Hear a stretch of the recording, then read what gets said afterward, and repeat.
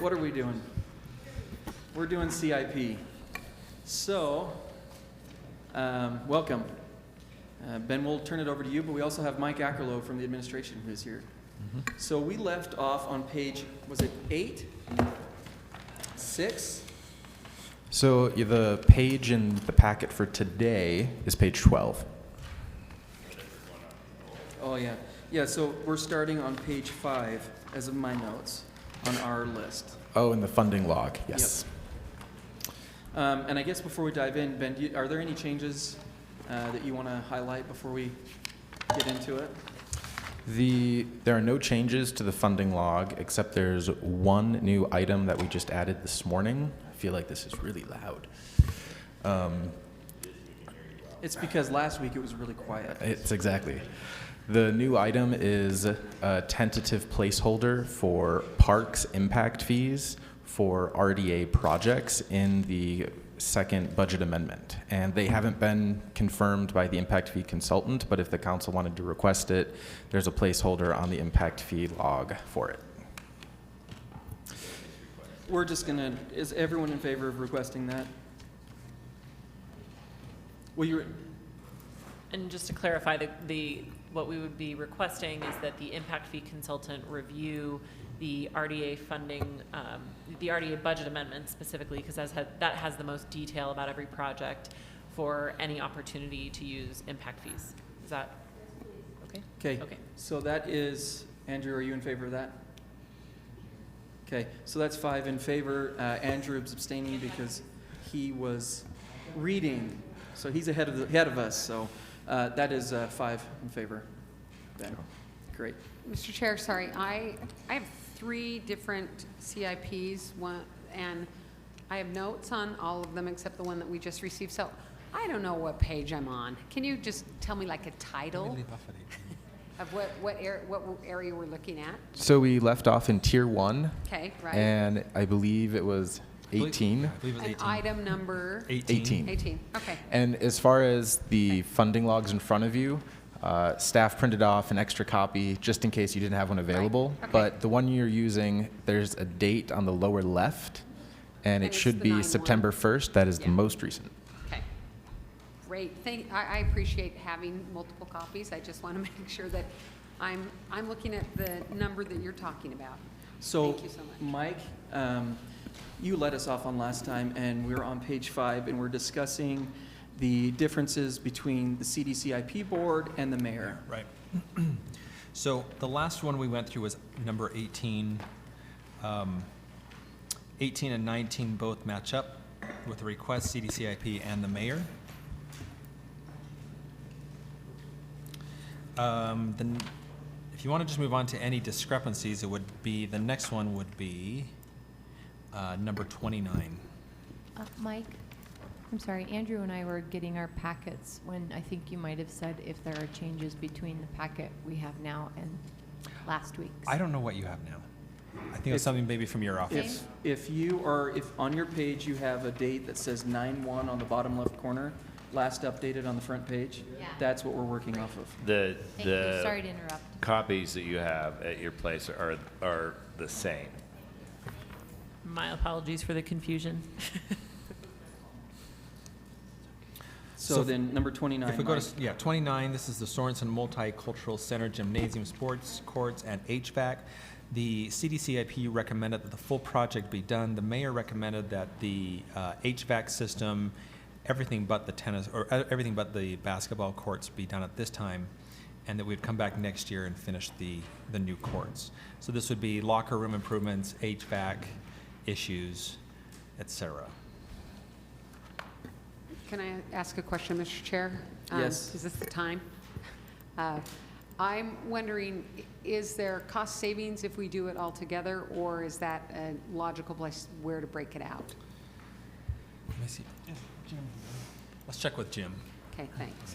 And Mike, while we're checking, if we're separating an application like this, it's not necessary for the Sorensen Center to reapply next year? Is it, do we just carry it forward, or do we actually request that they reapply? They'd for the- reapply. So we So make they sure do that it goes reapply. the So the board risk again. there is that they end up in the competitive cycle next year for a project that's currently in this year's cycle.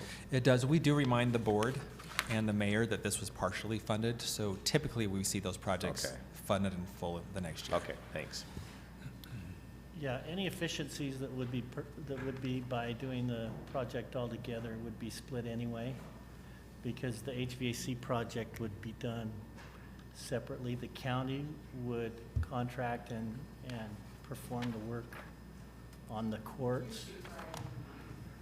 I'm sorry. The county would perform the work on the courts, and they would contract that all out, where the city would probably do the HVAC. So it would be two projects anyway. Any other questions on this item? Is that it? Council members, I'll just remind you that Mike's going through these where there are discrepancies, items that have been funded, but where there might be discrepancies between the committee's recommendation and the mayor's recommendation. Okay, Mike, thanks. Go ahead. Okay, so that is the completion of Tier 1. Any differences? If you want to go to Tier 2, that's in Tier 2. Yep.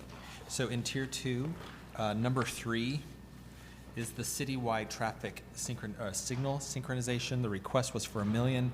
CDCIP did not recommend anything for this, but the mayor did feel that it was important to get started and is recommending $300,000.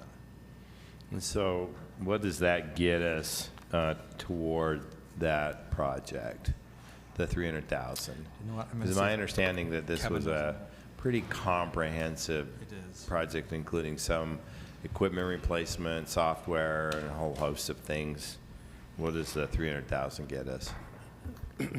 The 300,000 will get us looking at the area from approximately North Temple to about 9th South, I-15 to about 13th East. So the $1 million is a citywide Citywide. request. This actually gives us a portion of the A city. portion of that, yes. Any other questions? Yeah, Just I looking to guess gen my, projects. so that And wouldn't then- influence the rest of the city as far as synchronization if we just did the downtown area essentially? No, that work? yeah, it would only cover, we would be able to go in and look at those areas and make changes, but not in other areas. So I'm just thinking if we're talking about synchronization, if I'm going past 9th East, I guess that doesn't sort of jive with the whole synchronization concept, I suppose, in a lot of ways, unless you're just looking at certain arterials and looking at those exclusively. Yeah, I mean, this gives us a benefit because we can look at this area and make changes that need to be made to improve it. It just doesn't do to the outlying areas as much as we'd like. I mean, they're still synchronized as much, you know, but there's tweaks that need to be made based on growth, changes in traffic patterns, those kind of things. So we'll be able to do that more effectively in the area we're looking at. The other area we'll just, we'll have to wait, or we'll, you know, when we have complaints, we look at it as well. But we're just not looking at the system as a whole outside the area I described. Is it safe to say that this is where our greatest concentration of signals are? If you're looking at downtown core? Yeah, it would be. And is this manual synchronization, or is this going to include some equipment upgrade? This does not include equipment. It's more program upgrade. And how does this correlate with our state roads?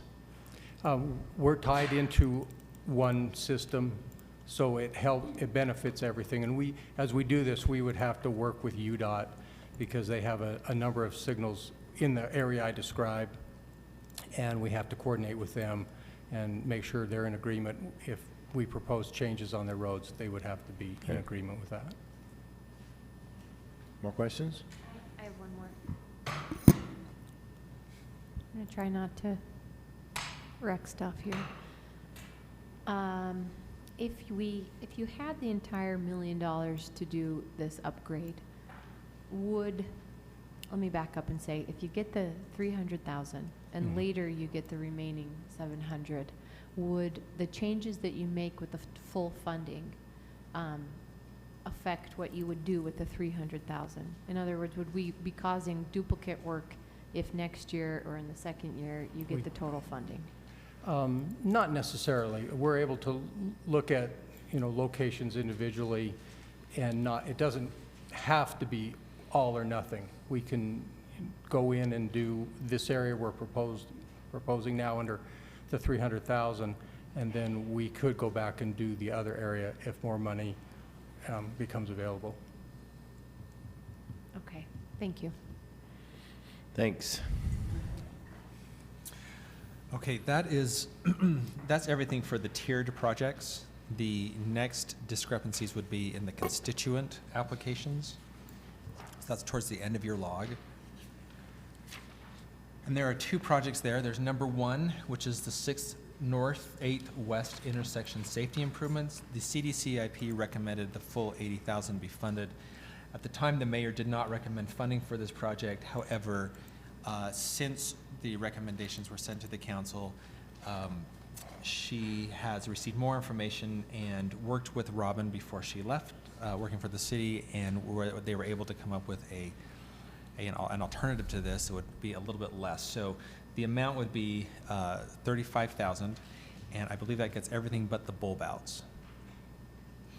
And just to remind the council, during the annual budget, you did include $80,000 specifically for this project, so it's been funded at the requested level.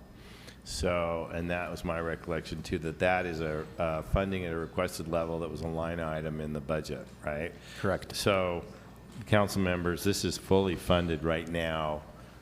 Going forward, if we went to 35,000, we would be reducing funding on this, but we would be freeing up the remainder, the balance of that into the general fund, not into the CIP process, unless we moved it. That make sense? So the full 80 is what we're talking about here? It's already The done. full, Okay. the full 80 was funded by the council in the budget. So we did not fund it through our CIP competitive process. Okay. Does that make sense? Okay, the final one is number 10, it's the Sugar House Park roadway maintenance. The CDCIP did recommend $82,500. The mayor did not recommend funding at this time, primarily because she felt there were other road priorities right now, and chose to fund those instead. So, Mike, could you go back to the 35,000 that the mayor identified for project number 1? And if we don't use that, is that money available in the CIP competitive process based on the mayor's recommendation, or was that additional funding from a different source? Sorry, say that one more time. Is So- it available for you? It's available. Right, well, so the mayor, it's, on the mayor's recommendation, does not include it. So it would not be in her total. Got it. So she's think- balanced, but you certainly could change that any other project. She's balanced with that 35,000 not included. Correct. Okay. Mr. Chair, Yes. that means you. Can I take us back to number 2 in this section? The Whittier Elementary School drop-off pickup lanes. This is a project that has been done at other elementary schools. I'm not sure if all of them have been done, but nearly. That was generated by the school community and the community council in the area. If you've ever driven south on 3rd East, just east of Slick, where Whittier Elementary is, what you don't see that you see at other elementary schools is a bus pull-out lane. And where the buses park is immediately north of the only pedestrian crossing into the neighborhood on the where the school entrance is. And what the community there has seen, what I've seen as a parent there, is that as the buses line up, the only place for them to line up is essentially in traffic, and cars, in an attempt to get around them while they can't see the pedestrian crossing, buzz around in oncoming traffic and through the pedestrian crosswalk, not recognizing, because the buses are blocking their view, that they're putting kids' lives in jeopardy.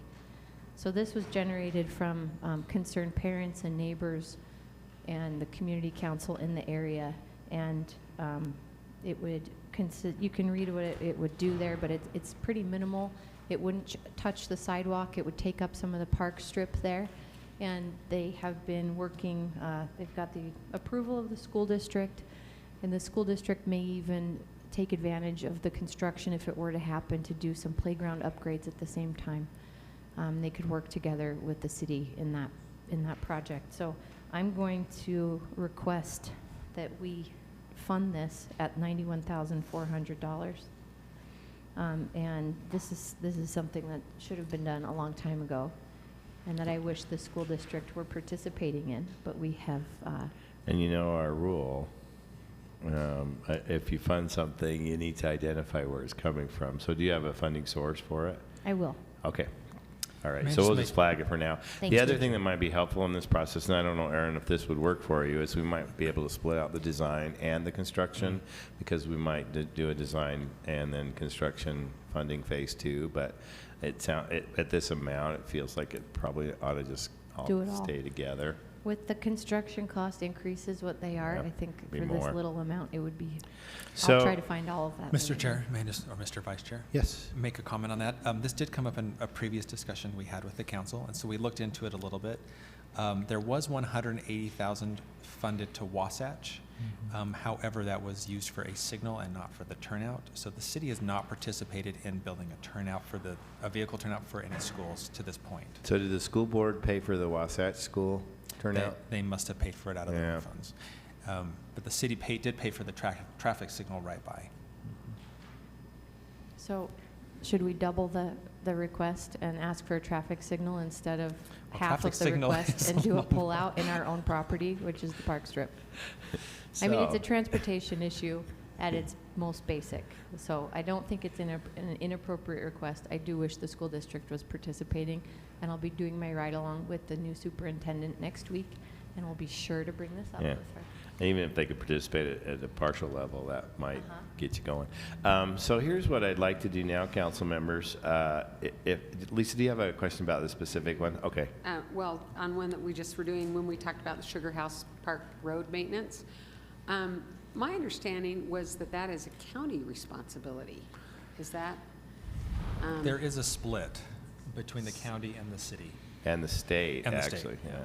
Yeah, so I just wondered if, I mean, I know the mayor didn't recommend that, but I thought, I wondered if that 82.5 is part of a three-way deal, that the state and the county is doing something, or if we're just expected to do all of it ourselves. I know on the bathrooms there, it's been It's always been a split. split, so just Right, I think curious to know. in the past, it's not, the state's not involved in any of the capital projects that go on in the park, but there's been a historic understanding that the city and county split, although it's not in writing anywhere. So oftentimes it's the city asking the county to participate, allocating half of the funds, and then having the county contribute the other half. Oftentimes, the park authority is really just going for the path of least resistance, and so they'll oftentimes just ask one entity for the money, even though it seems more equitable to ask two entities. But the timing of the county's budget does not line up with the timing of the city's budget, and so it's really complicated to get those two things to line up.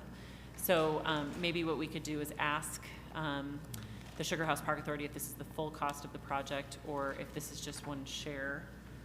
If it's the full cost of the project, then in the past, when this has happened, the council allocates half of it and then makes a formal request to the county to allocate half, which oftentimes they're willing to do. So we don't know until we ask. I just want a little more information about that. Thank you so much, Jennifer. So council members, what I'd like to do now is we've gone through all of the funded or even non-funded projects where there's a discrepancy between the committee's recommendation and the mayor's recommendation. So those have been highlighted.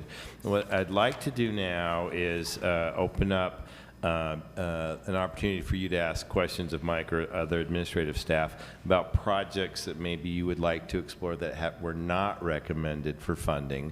In particular, any questions you may have regarding what they entail, or if there's perhaps a breakdown that we could fund partial design and move forward, those sorts of questions. And then we'll be looking at entertaining proposals for closing out our CIP process. But again, I remind you that if you're looking to fund a project that's not recommended by the committee or the mayor, or even if you are by the mayor, then you need to identify where you're taking the money to fund that project. At least give us some direction there. So does that work for everybody? Can we just open it up for kind of general questions? Do you want to start at the top of the list and kind of go through those? And if you have one, we'll just kind of pause at it as we go. So if we go to the first page, actually we're going to be into probably the second. Help me, Mike, with where it would start with unfunded projects. It would be all Tier 1. The first project is transportation safety improvements. Number this- one.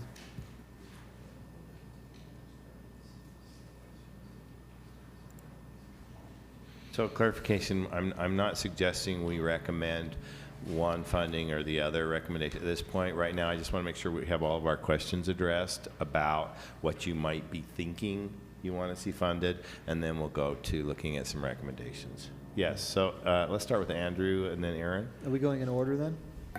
If we can, because I just think it'd be easier than trying to flip through pages. So starting on Tier 1, number 1, is that where we're starting? Yes. You're at Tier 1, number 1? Well, I'm Tier 1, number 3, but I want to know if we're starting there or if you want to skip over those. That's fine if you have some questions. So the East-West Community Connections, requested for 450,000, never funded before, no recommendation on it. Any information exactly the scope of that?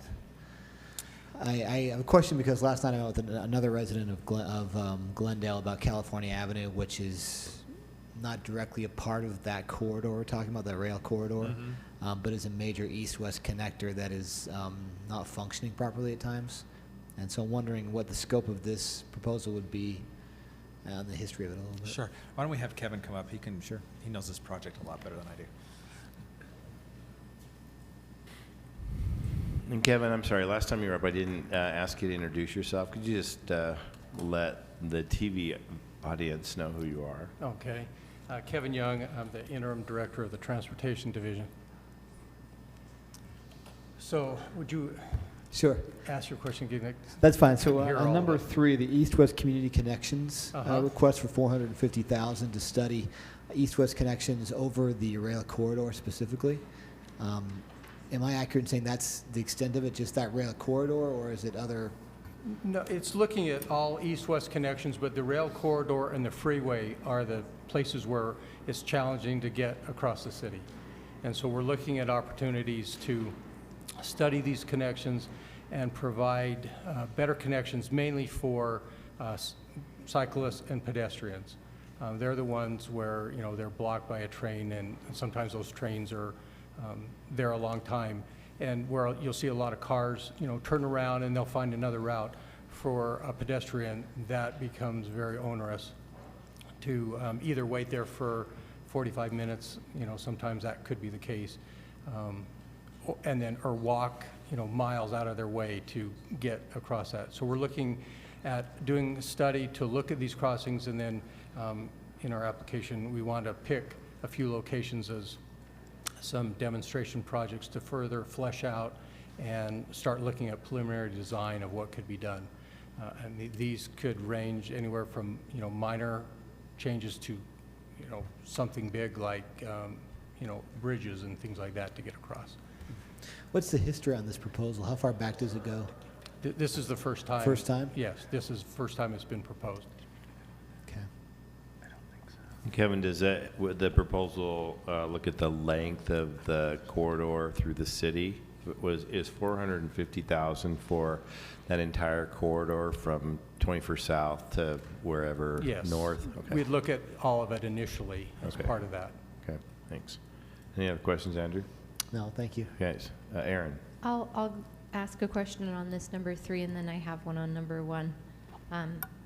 This obviously entails some relationship negotiating with UP and other rail lines also possibly? Yeah, there's. Or are they all owned by UP? Mostly UP in the north, south direction. And that cut our city. we've just succeeded at getting a bridge over UP line, right? Okay, we're getting towards getting a bridge. Is it safe to say that? Yes. To complete our Jordan River Parkway trail.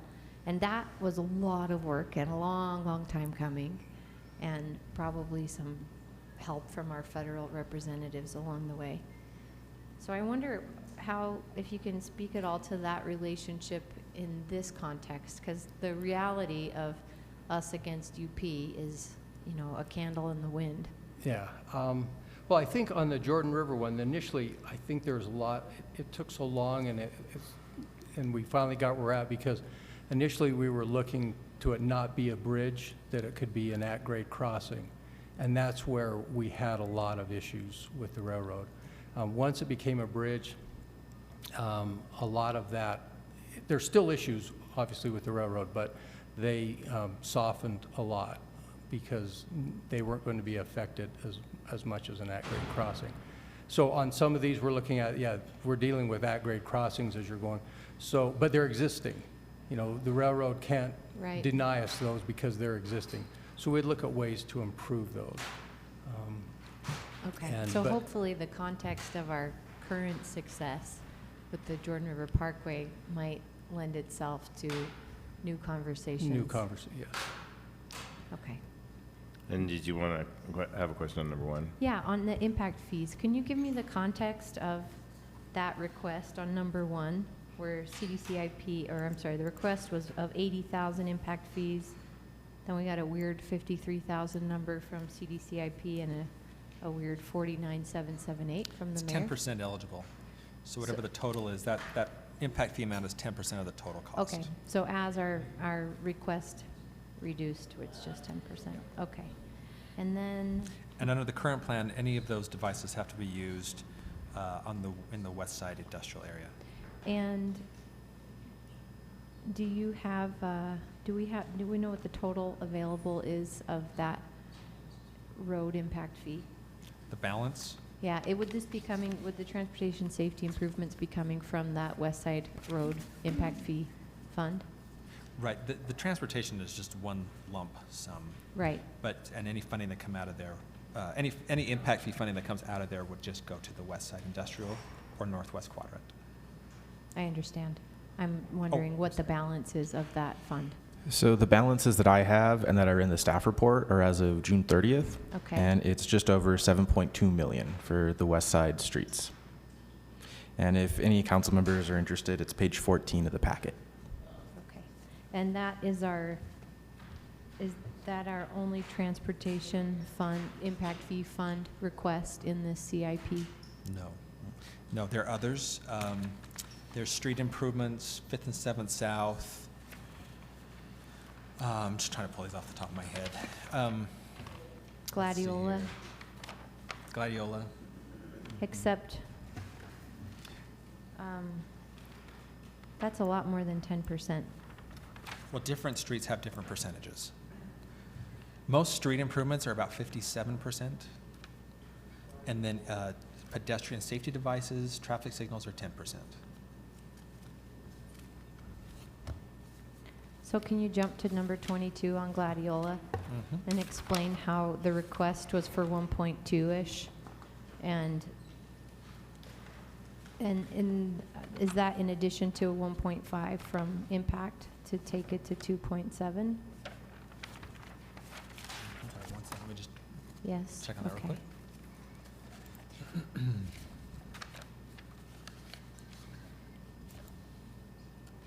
Thanks. I'm figuring it out in my head.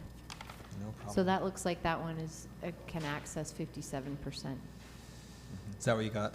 Because that is in my head. in your head. Yeah. Yes, 57%. And what is the total request? Is that down at the bottom, Ben, of transportation impact fees? So the impact fees in the funding log are not broken out by the 4 categories. They're just lumped together. And it's 2.5 million for all the impact fees. So Okay. if you That's wanted, parks, that's pedestrian, that's roads, that's everything. correct. So I just want to make sure, because we are getting better all the time at having impact fee conversations, that there aren't any expiring soon that we aren't taking advantage of in this request. There actually have been some refunds, but I don't know what the amounts are. We have some police coming up, which we may be able to we think we may be able to encumber for the crime lab. I've talked to John Vike today about that, so we're checking on that. That is, I think, our next one that's up for expiration. Parks is the end of 2018, but we have some that are coming up this fall, so we want to get, None in transportation. I can't remember off the top of my head when Immediately. those are due, but they're coming up soon. Okay, soon, but not now. Do you remember? Yes, I mean, we are constantly. Jeff, will you you introduce are- yourself? Sorry, I'm Jeff Snelling, city engineer. Thank you. Thanks, Jeff. You're welcome. Sorry. No, we're constantly in contact with finance on the expiration dates of the impact fees, and we're making sure that we're spending ahead of those expiration dates. That's what I want to hear. Yeah, and the other thing I just want to clarify real quick is our ratio of matching funds to impact fees for that west side industrial area. It's a factor of the additional width that we're providing. So the existing road has a certain width, so that 43% and is like 43% of the new road, and we widen it that much more. So we're more than doubling the width of the road. So that is how we're determining the ratio of impact fees to whatever our matching funds are. So that will vary depending on the type of road that we're looking at. But a study was conducted, 10 years ago, and that was the ratio that was determined appropriate. So we're following through with that. Thanks, Jeff. You bet. So, council members, do you have any additional questions on page 1? Page 2?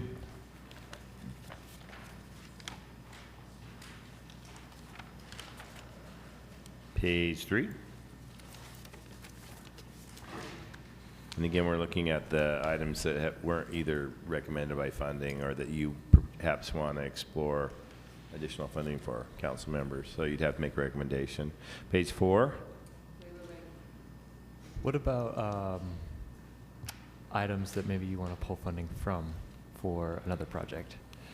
Do you want to, yeah, if you have a thought about that, it would be Okay. worth highlighting where you intend to do that. So, I have some questions about the Pioneer Park improvements. Could you say what number you're on? Number 15 on page 3. I have it on page 3 of the most recent CIP log. The 472,000? Yeah, 472,500. So I guess my question around the Pioneer Park improvements, I guess I'd like to have an update of where we're at with that, because I know that we've been trying to explore this public-private partnership, and I wasn't sure exactly where that stands at the moment. And then also, I know we've been looking over the RDA budget, and there is $1 million and some set aside for Pioneer Park, and I'd like to know how this proposal ties into the RDA request and how that ties into any private money that might be sitting on the table. So could I get you to introduce yourselves as you come to the table? Hi there, Lisa Schaefer, Public Services Director. Kristen Riker, Parks and Public Lands Director. Hello. Thank you and welcome. So the first part of the question I understood to be, where are we in the process exploring a public-private partnership? And maybe the first question should be the $472,000, and what's that intended to go toward exactly? Okay, so there was a master plan for Pioneer Park that was approved, and the $472,000 is the first phase of that master plan. It's an implementation of opening up the center of the park, providing some hardscaping infrastructure that provides the backbone for the first phase of the project. Can I interrupt for just 1 second? You're saying, following up the master plan, did a little research, and the master plan was never adopted. Oh, no. Only a few parts that were, Yeah, and it that goes back to specific 2004. part of the master plan was never adopted. Yeah, so I'm just wondering, If Nancy? where we are on that. Sorry, I'm not Help me. trying to play a gotcha. I just. No, if we're- totally if we're fair, using a totally master fair. plan that was never adopted, we got a problem. Right. No, I hear you. So, And before and just to, when you answer that, if you could also address the concerns that I'm hearing from the community about historic trees being removed Sure. from this park. So before we do that, I think I just want to get a clarification from Jennifer on where we are in this process, because this started prior to some council members who are currently on the council. So, Jennifer, could you sort of remind us? And feel free to jump in, because I'm sure that this is maybe what you were about to talk about. There was a design in, I think it was 2004, that was split into 3 phases, and I actually remember the first phase being split into 3 sub-phases, and that's what the council funded. It was Landmark Design Engineering, I remember I had happened. Actually, the master plan was done by Design Workshop, and it was in Right. 2004, and it was 3 phases. And the first phase was the improvements you see for the farmers market. The second phase of this plan was to open the center of the park and create activities around the edges. Right, and I remember that phase specifically received a lot of council attention and a little bit of controversy, and they did not feel comfortable adopting that phase at the time. Okay. And so they just adopted the first phase. Okay. And that is the reason why a couple of the charrettes were done in the last years, to try and figure out, okay, how to address some of the concerns that were raised in that initial planning process. But nothing's ever been formally sort of officially been revealed as this is Right. where we ended up after all those conversations. Yeah, and I don't know the intricacies of the city council approval process, only what was in the master plan. I do know that the Historic Landmarks Commission approved the big idea of the master plan. And In that's- 2004, Yes, and all phases? I believe so. Okay, And in check that on that. plan was a very detailed description about all the impacts to existing features, existing trees, including numbers of trees and what trees may be preserved or which ones could be relocated. So there was a charrette last spring that was instigated because we had $300,000 for relocating the restroom. And so we felt we should relook at that. And so, So, and I just want to highlight, and this is not a criticism of the staff in front of us, because they're both new in their positions. But when, from experience, when we have such a significant gap between the adoption of a master plan 2004 and the implementation 2016, things have changed in that timeline. And so when you start to hear some resistance, it's probably because the people who adopted it and were around in the process in 2004 aren't around anymore, or the people you're hearing from today are new and were not part of that process. So that is not uncommon when there's such a large gap. I'm not saying I have a solution for that, but it's part of what we have to figure out how to manage when we have that sort of huge distance between our adoption and implementation. And I think to that point, I think that's why the council typically relies on their standard boring council process of public briefing, public hearing, adoption, and that's what happened with the first phase of the master plan. But they deliberately decided to table the second and third phases because they couldn't really sort out the competing priorities for the park. You know, all of the ideas were valid, but couldn't really sort out which ones kind of fell to the top. So our typical process would be a briefing, a proposal, a formal proposal. So if the Historic Landmark Commission approves something, it'd be great to see that, and typically that would get forwarded to the council, and then the council would do their public hearing thing, and then people would come to the council and, you know, talk to the council about it, so that when they're asked for funding, they're aware of what the latest public thinking is on the plan. But I don't know. Well, and so I think we've sufficiently clouded this whole issue. But I think what is identified is that we need to do a little bit of research about what actually was adopted at what level. And so we need to go back and see what the city council did and what the landmarks did. And to be clear, the city council doesn't always adopt parks master plans. So we have, in some cases, we haven't in others, but all of the, I would classify as like regional parks that I can think of, the council has adopted a master plan of some sort. So I guess the so- question becomes, is this a regional park? And Yeah. certainly the way we're using it more recently, yes. In 2004, maybe not so much. So anyway, we need to get some background done. And so, Derek, that's sort of, I just wanted to sort of lay out where we are for everybody so we're all kind of on the same page. Thank you. As far as where this ties into the million and some that the RDA has and where we're at with the public-private partnership, I can address the public-private partnership, and it might be, the RDA money might be best left to you to discuss. Is that fine? So the public-private partnership, we have been in discussions with the Pioneer Park Coalition for many months preceding my involvement, actually. And it's the kind of thing that I think is going to take a little more time than this process really is going to allow. And so the discussions around a public-private partnership have really had, I think they're progressing. I think we're having some productive conversations, but we are not ready to enter into an agreement or a partnership with anyone at this point. And by continuing to have those discussions, I think that the risk is that no funding will be allocated. It will kind of have the effect of stalling the funding allocation or our typical mechanisms for receiving funding for implementation of ongoing projects that we are trying to adopt in that park. And so it's a little bit tricky for everybody involved, but I think that nothing's off the table. We're talking to everybody. We just want to make a little forward progress. thank you. Is the RDA money allocated to some specific component of the project? Yes.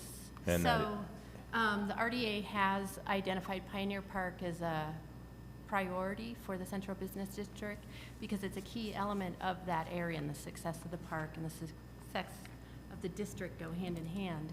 And so as an alternative way to fund the phase that we are currently talking about, which is phase 2 of what we were talking about earlier, is opening up the center of the park, providing additional walkways, trees, lighting, a multi-use field. The 1.7 that they have proposed to fund would accomplish all of those things with the CIP funding that we currently have in place of $300,000. Of how much? $300,000. So So we 300,000 have current plus- funding of 300,000 that's from a prior allocation. Yes.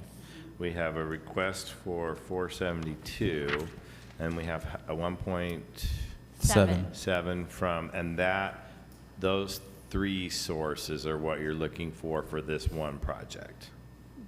I would say we could do the 470, the 1.7 would be enough with the 300,000 to complete phase 2. There you go. Okay, well, May I ask another question about it? So Please. in terms of the RDA funding, who identified those as the priority things that we would spend money on there? Parks and Public Lands. Did Parks and Public Lands did. And other than the charrette, what kind of a public process took place with that? We attend the coalition meetings quite often. They're not as often now, but I've been involved with them since I've attended. And community council is there, neighborhood is there. We had the workshop last February. I think there's a general kind of consensus that removing the refuge areas out of the center of the park is a positive thing to do. Adding lighting is a positive thing. Adding new activities is a positive thing. So there's general consensus.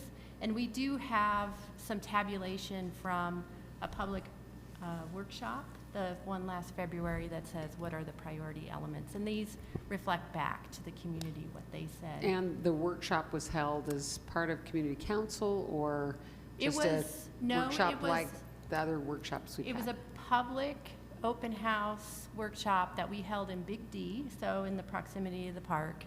We mailed invitations to every resident in the neighborhood from a certain distance to, Right.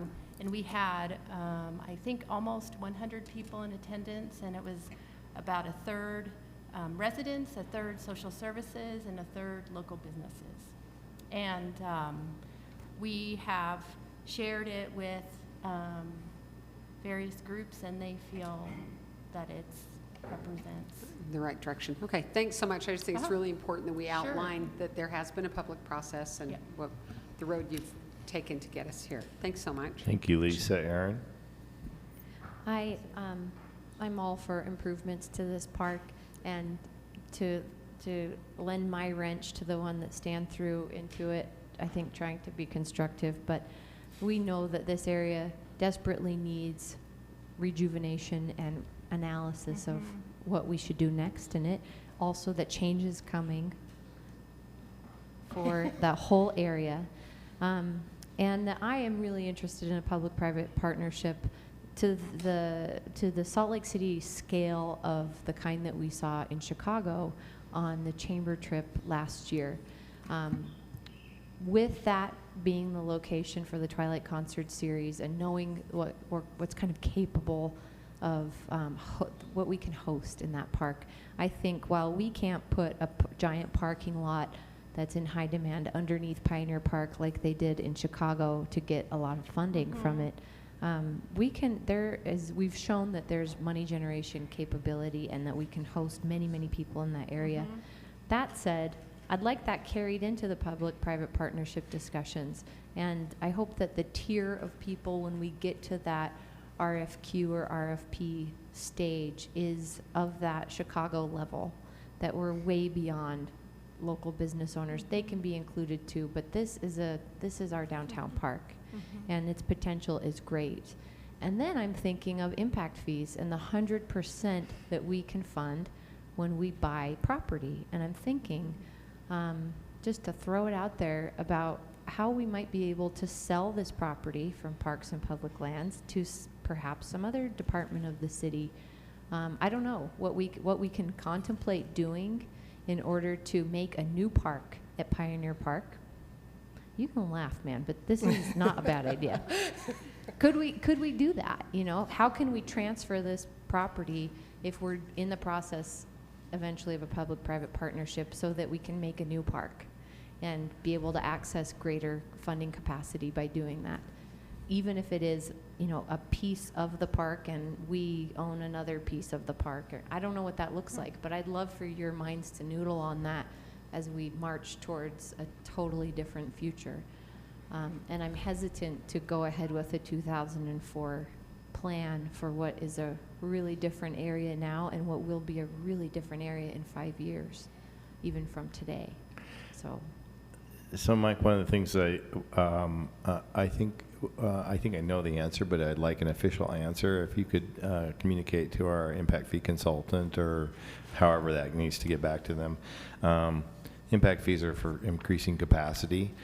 What flexibility do we have in the definition of how we increase capacity in an existing park? And is that even an option for us?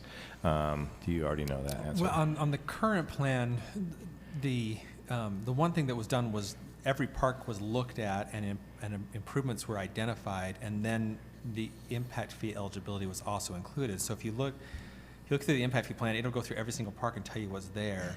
I don't believe Pioneer Park has anything that's eligible right now, which is, I mean, that's not a good thing.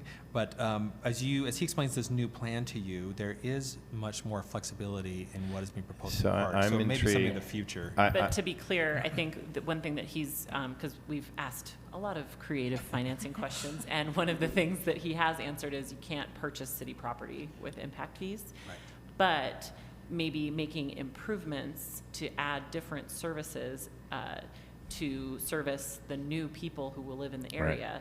So I think So- that's the hook for impact fees, not necessarily the property. So, for example, I don't think we're quite ready to everybody have sign off on the activity fields. However, if we suggest that there's a new demand for more people to access this park, and one of the solutions we propose is activity fields that could be highly scheduled, is that impact fee eligible? And it seems like there's some capacity elevation there. Right. And a similar question came up regarding Fairmont Park by the Peanut Board, who said if we added lights for soccer, would that be impact fee eligible? And my initial reaction under the current plan was to say no, but as we looked into it, under the proposed plan, it would be, because you're expanding that capacity, that ability for more people to attend the park. So I think with what he's proposing in the new plan, there will be more flexibility, and those kind of things could be done. That would be good to know. Any additional questions on this, Derek? I just want to make sure For I an item, I'm amazed how much time we're spending on an item you're going to propose that we yank from funding, but go ahead. So what I was going to make sure that I understood correctly was that with the 300,000 that we've already got set aside, plus the 1.7 proposed in the RDA budget, you don't need the 472 in order to move forward with phase 2. Correct. We need about $2 million to do the In phase total. 2. And looking at creative funding solutions and all the options that may be available, we wanted to explore all of them. So I would suggest that we go back and say there might be existing funding to fund that phase, and also we should explore that impact fee eligibility, because I think we can do that pretty quickly in this process. Yeah. So I guess my proposal would be to pull the funding from Pioneer Park on this CIP log. So hold that thought. Okay. Okay, and we'll come back to it. So any additional questions on, we're on page 3. I do. After you, Aaron. Thank you. On number 16, on the next one, the mayor's proposal of 159 after the CDCIP request of 400 leaves us short, I believe, just $41,000 in order to meet the match need of 296. Is my math wrong? My math might be wrong on that one. Receipt of the approved STP funding is contingent on a required minimum local government match of 296,000. So 141. We need 141? Am I right there? To meet the match. I apologize, council member. I didn't hear the entire question, but I'm assuming we're talking about 13th East and That's matching correct. funds. Okay. That's Yeah. correct. All right. So we made a request for 400,000 right now as a partial match for that project. In 2011, engineering put in an application to Wasatch Front for $11.1 million to improve 13th East from 1300 South to 2100 South. We received $4.052 million. And at that time, they said the city would have to come up with that difference. So in the meantime, Robin and I worked with Wasatch Front, and it appears we're going to get $2 million more that will be actually available at the same timing as the original $4 million to do the project. So that leaves us with a minimal match amount Of 5 by million. federal standards, right, but we also have a gap to take care of. And so we've relooked at the project from that original 2011 estimate. The project estimate now, I believe, is 10.1 million. It went down. We brought it down. We've reevaluated that original estimate. And then we're also looking at some value engineering, some different techniques for paving the road to help bring those costs down further. And so that will occur as far as part of the environmental documentation. And so we're looking at moving forward on that process in this coming year with the intention of actually having the construction in 2018, 2019. So answer my question again. Are we short 141,000 with the mayor's proposal of 159,000 right now? Right. Are we shy of our need for the match? Right. So, Give me some and numbers. I apologize. If you can. With the, we're required as a minimum match to come up with 6.77% of the appropriation from Wasatch Front. Which is 296,000. Thank you. Okay. Yes, so we are short in that regard. However, those matching funds, we don't have to have those available immediately. They can be part, or they can come as we are moving the project forward and at the time of when we're actually looking at doing construction and full design. So I would anticipate that we have another year to come up with those minimum matching funds, and then we'll also have to address the gap in the meantime. And the gap is about 4 million right now? At this time, however, we're hoping to bring With that that, gap with additional down. engineering, you may be able to reduce Right, that. and looking at some new paving And techniques. so that is are- You're telling me don't try to find the remaining money right now? This year. Really? If we can find it, that's fantastic. However, I don't think it's required at this time. It by doesn't law on stop front, the but- project from moving Okay. forward. Right, we can Thanks for still the move ahead clarification. with it. Okay. So- I'll stop trying to find it then. No, thank you. It's, Additional questions? We're on page 3. Andrew? Page 2, number 8, the Glendale Irrigation Multipurpose Field. Do we have a breakdown of what the costs are for the irrigation versus just removal of the turf, et cetera, and then the cost savings of the irrigation upgrades for our water usage? Yeah, let me just pull this application out, see if it's.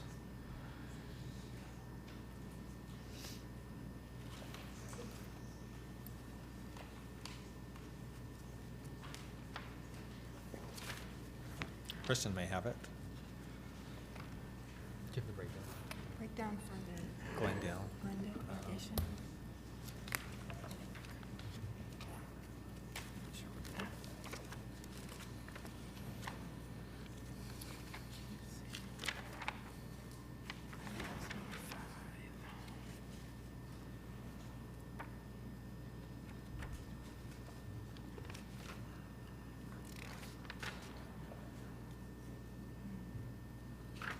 No.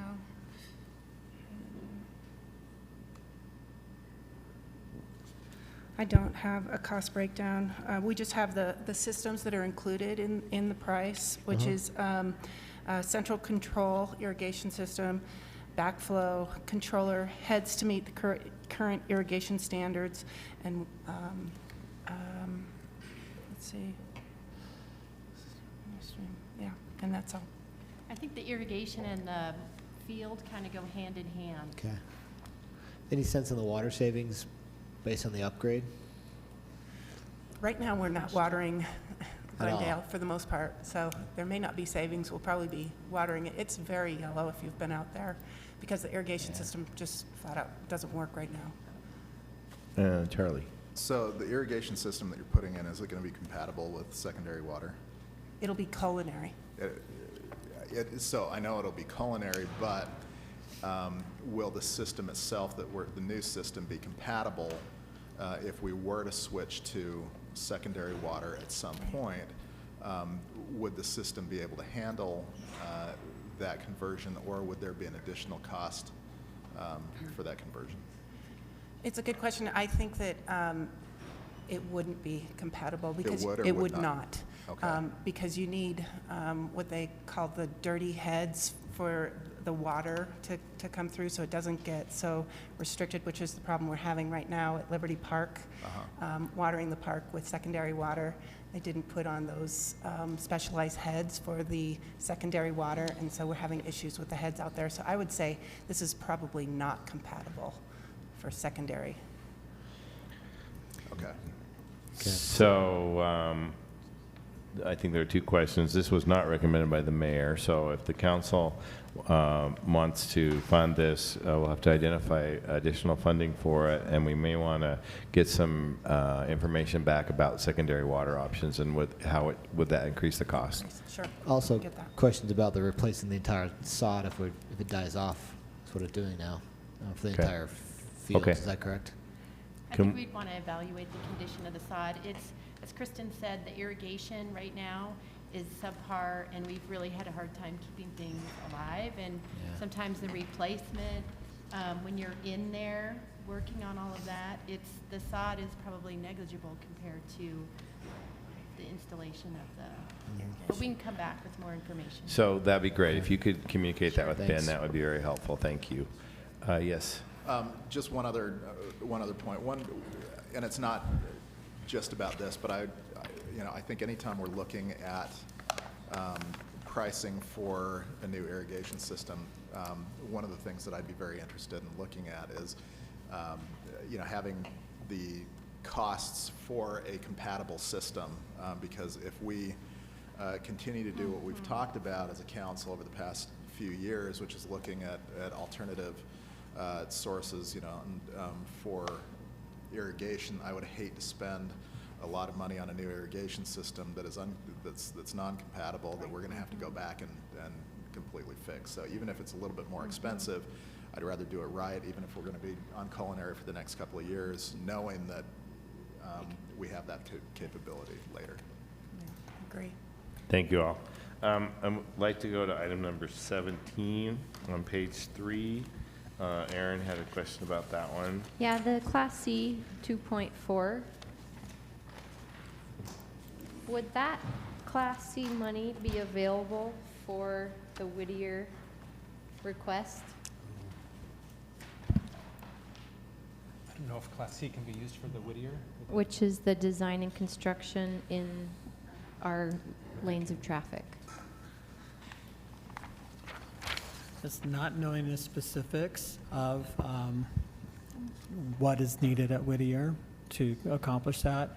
If it is within the public way and if it's just altering the curb and gutter, moving sidewalk, then that would be eligible. Then I'm going to propose that that analysis be done after our meeting, and ultimately I'm going to hopefully be able to propose that we take that 91,000 from the 2.49 million in Class C, which will still leave our street improvements budget over $4 million. Okay, so you'll be getting back, right? Okay, thanks, Jeff. We're on page 4. Council members, any questions on page 4? Items you're needing clarification on? If not, let's move to page 5. Any questions on page 5? I'm going to move. Page 6.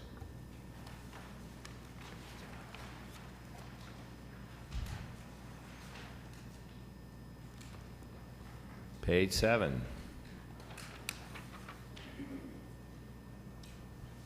8.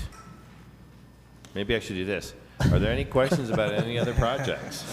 I do want to look at number 2 on tier 2, the third north pedestrian bike overpass. It's on page 6. Number 2 on all tier 2 projects. I know we've talked about the third north overpass of the railroad tracks before, but I'm a little confused about if we have other funding sources identified previously. Kevin, do you have any additional information? This is part of that Tiger grant proposal, 300 North, and it's looking for $300,000 for a matching component from the city. Do you have additional information about that? I'm looking, Mike. It gets very complicated, and Mike may have to jump in and correct me or see or others. Because we have 2 projects here. One is we're looking for funding from Wasatch Front Regional Council, and then now this is tied in with the Tiger grant. And is UTA leading the Tiger grant? Yeah, UTA is the one who submitted for it, and it involves a number of agencies in this area, and so it's very complicated on how they're now going to go about figuring it all out, how it's going to be done. So is it safe to assume that we're not quite sure what the city's role would be this year, and that's maybe why the mayor didn't recommend it, and that we'll be looking at this again? Correct. We don't know the exact dollar amounts yet, nor do we know the timing. Okay. So we are waiting for that, and then we've looked at some different scenarios of ways to do that using Class C or impact fees. Some of it also depends on what what's adopted in the new impact fees facilities plan. There may be some funding there as well for some of these projects. This is certainly it's a little bit of pedestrian wait and see. bicycle improvement. Right. The good news is there's a Tiger grant for this, so it provides most of the money for this project. Okay, does that answer your question, Jenny? Yes, thank you. Perfect, thank you. Any additional questions? So council members, this wraps up our conversation on the CIP. Next time we'll be looking at this is the 4th. And what we'll be looking for is a very specific recommendation from you about what you might want to add in the way of funding for projects and where you've identified the source for that funding. If you have any additional questions as you're working with that process, I would strongly advise you to talk to Ben and to potentially Mike before that meeting, because we won't have a lot of time in that meeting to ask questions. It'll really be all about making recommendations. So does anybody have a proposal now? I hadn't thought about that. You have a few? We have a little time. Is anybody prepared to make a initial proposal or some partial proposals? I'm sorry, we had more time than I thought we did. You need both ends, right? You need both, yeah. Not quite yet. Is my proposal formal enough?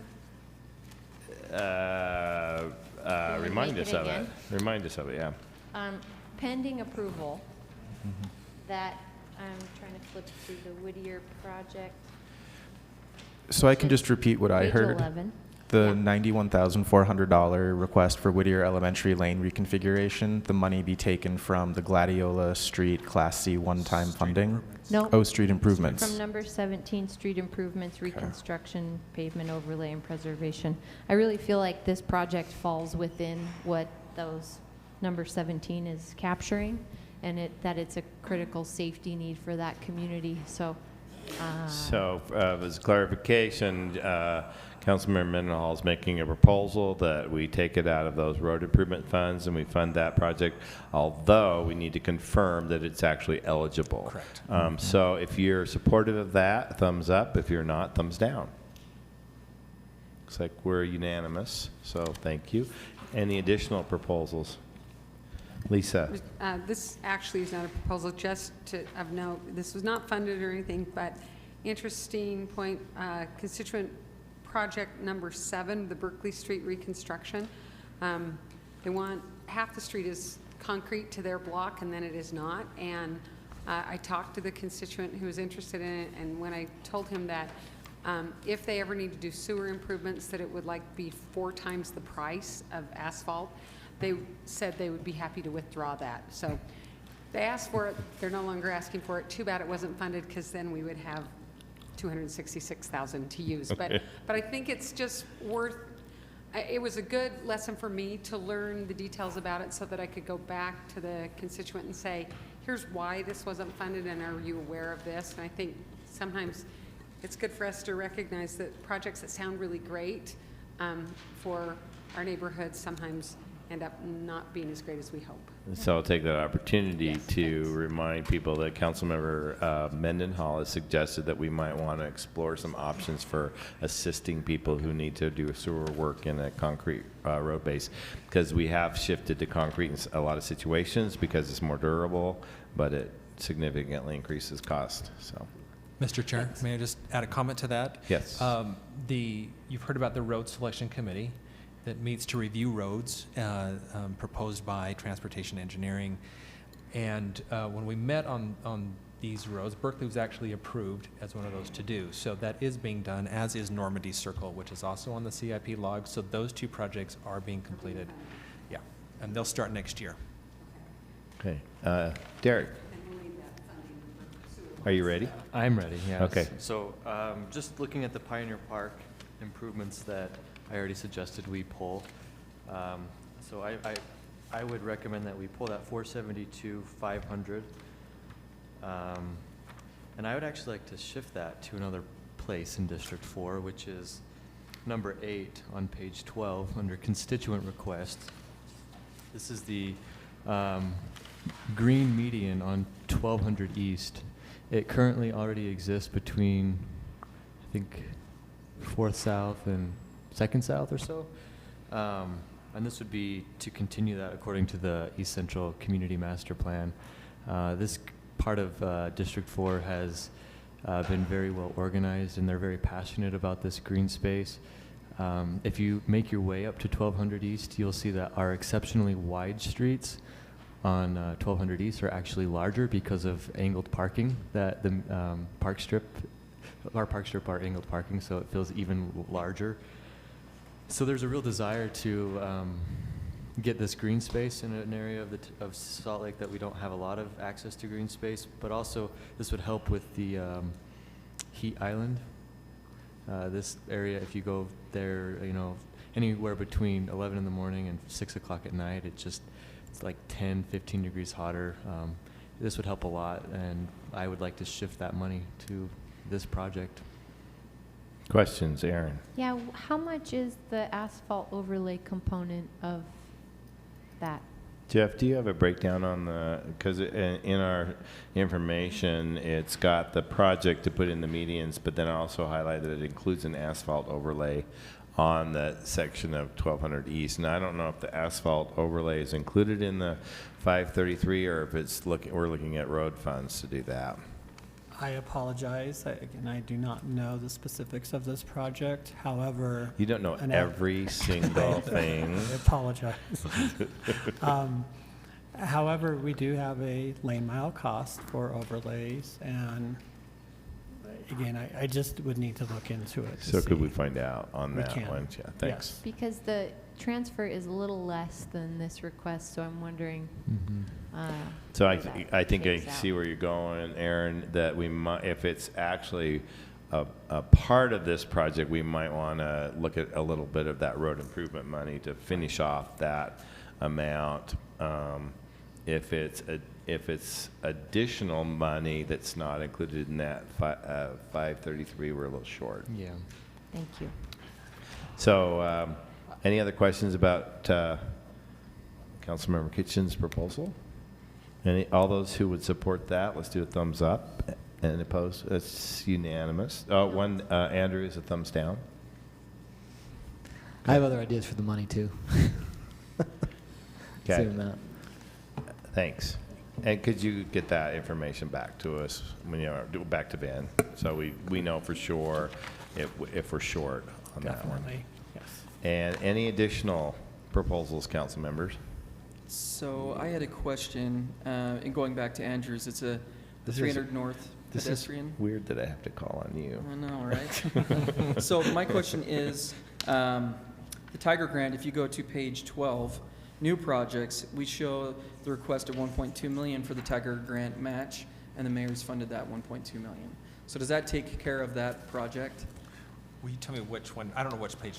I don't So know if you go to numbers, page mine, sorry. 12, it's new projects, and it's the UTA Tiger Grant match.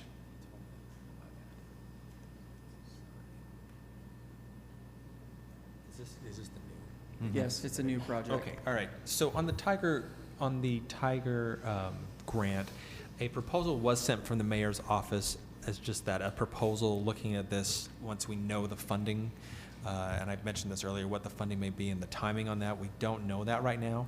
And so I think it's best if we wait to see what those amounts come in at and then revisit this, maybe through a budget amendment. We also may be able to use impact fees as well. So that it doesn't look that there's any revenue identified for that $1.2 million.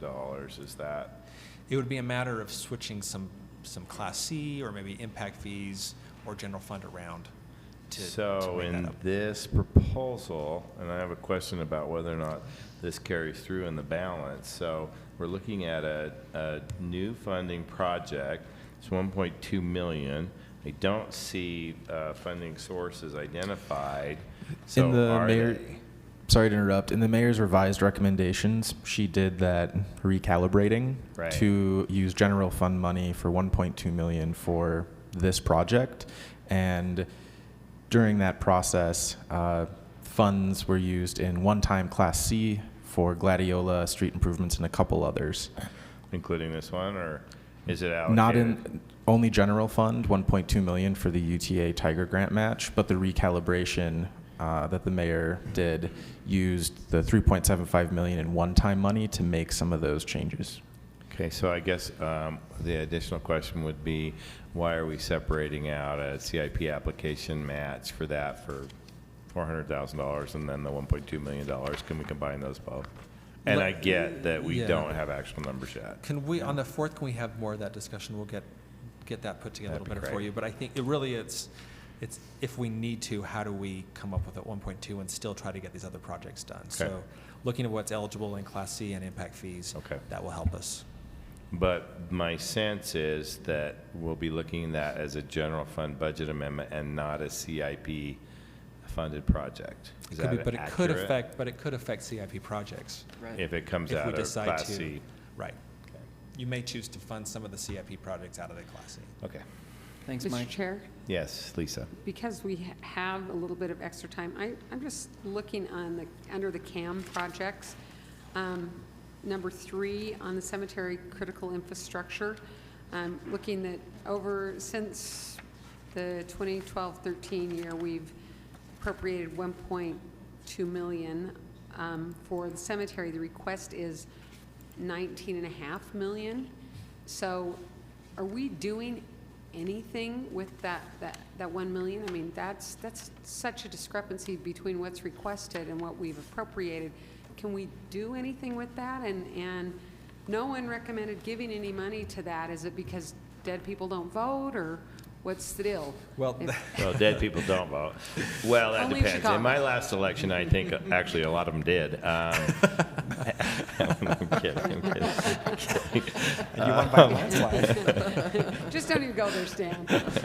I do know that that total request is a multitude of projects, including everything from street, curb and gutter, restroom, walls, and that we are in the process of actually this year doing several of those projects, but pieces of them, not the whole thing. Yes, so we are in process with the cemetery master plan, which will drill down deeper into how we prioritize all of the needs. As it were, drill down deeper. Yes. Not more than double deep. The $19 million represents an estimate that Salt Lake City Engineering put together for the total cost of deferred maintenance. There's 9 miles worth of roads that are probably the one thing we hear the most about from the constituents, that they're going almost beyond repair. And so just the cost of those 9 miles of roads is close to $19 million. One of the things we're trying to do in the master plan is really look at the road network and say, you know, primary, secondary, tertiary, and then look back at what do they really need to be? Can they be a little narrower? Can they be Not a much in different most of those surface? places. Right. So to figure out how we can make it achievable, because I think it's such an overwhelming amount that it's hard to even. So But that some- 19 million is only streets, it's not I think, curb and no, gutter it was and all bathrooms? deferred It's maintenance. everything. It was all It's all the deferred maintenance. Streets and Walls. curbs and. Walls and. All of that and- stuff, so, yeah. okay. Because it just concerns me a little bit if we aren't giving any funding, that we just get farther and farther behind. Correct. And it's, I just happen to pick Yeah. cemeteries, but parks, it's the Yeah. same thing, streets is the same thing. But Mhm. that just is such a giant number as you go through these numbers that I just was, And my I- eyeballs popped. Kristen, And previously, we had put together sort of applications, or historically, that seemed to be in fundable chunks, but we wanted to be very clear about what the real need was. So we can see, yeah, I appreciate Yeah. that too. So that 1.2 million is A portion. being utilized to Mhm. move us Yes. a little bit more. Okay, thanks so And much. Kristen, remind me, I know that we did a lot of assessment of the rock walls and the 11th Avenue wall and even some interior walls. Some of those are actually getting repaired now, aren't they? Yes. Yes, so some of that has been funded, Lisa. I Mhm. think we just need an update on where we are. And we just completed the N Street restroom that provides Yep. service both to. And it's very nice, by the way. Good. It's for the cemetery as well as for the fuel station. So it's open 24 hours for all of the city staff that use that fuel station. Yes, Aaron? 2 things. Is it being considered that perhaps some of the tertiary identified roadways could become pedestrian pathways? I think we're open to everything, and we're going to filter that through operations and maintenance. But I think we would like to consider that. I think thinking just to the conversation we just had with Jeff Snelling about 13th East and the way that there's this big number and then they think really creatively. Even over time, when I Yes. expected Jeff to say, actually the cost increased because we analyzed it years ago and costs go up, so that it's gone down. That I would be really interested in hearing those kind of creative Yeah. approaches to reducing our lane miles, our So- roadway Street miles. miles. In conjunction, one of the conversations I think that the Parks is looking at is what does the cemetery become when it's filled as Well- a cemetery, and many other models nationally look at a very significant shift to parks and open space, which would really make sense to accommodate paths rather than roadways, and so making that distinction between access for burial and access to visit, I think is Yeah. a really And perhaps not just pedestrian pathways, but maybe we increase capacity at the cemetery. I know that that's reaching a limit. Yes. And the other thing I was going to say, if any of you haven't taken the tour up at the cemetery, it is so worth it. And of course highlights this need to very, very clearly. And But you can also find out sometimes where some great horned owls are nesting, and that's And pretty Emo's cool. great. it's a secret. Well, And- that's the other part. There's a historic component, and have Yeah. any other historic cemeteries in the state ever accessed historic preservation dollars for these kind of retaining walls and whether or not streets can be used? The 11th We are Avenue's the gonna look at all WPA of wall, that. yeah. I would suggest the timing is perfect for the haunted cemetery tour, and they have one, so I'm sure they'd be happy to accommodate. There's several good tours up there. Yeah. The- I just have to chime in. I like the idea of the pedestrian-friendly stuff, but as someone who goes to just an amazing number of funerals, you'd think it was my hobby, but that's when you have parents of a certain age, you take your parents. It is so difficult to get old people to graveside services and that kind of thing when there isn't a road that's accessible and the ground is unsteady and it's Right. it's tricky. And someday when it's full, maybe it's not such a problem. That's but not Yeah. far. That's actually not far away. Yeah. Right, and And it's not that far off. Yeah, I think what we're hoping with the master plan is that it presents all of those issues and opportunities and really provides an opportunity for people to kind of prioritize how those things are accommodated. I could talk about the cemetery all Okay, day, sorry. but I do I want won't do to see if there are any additional questions or proposals as part of the CIP process. I have a question, Stan. Councilmember Rogers. Item number 14 on page 3, I'm sure you've already gone over it. The pickleball courts in Jordan Park and Liberty Park, because everyone loves pickleball courts. My question is, the mayor's funded or proposed funding for $300,000. Where will that money be used, in which park, and how many pickleball courts will that really give? Come back up, Nancy.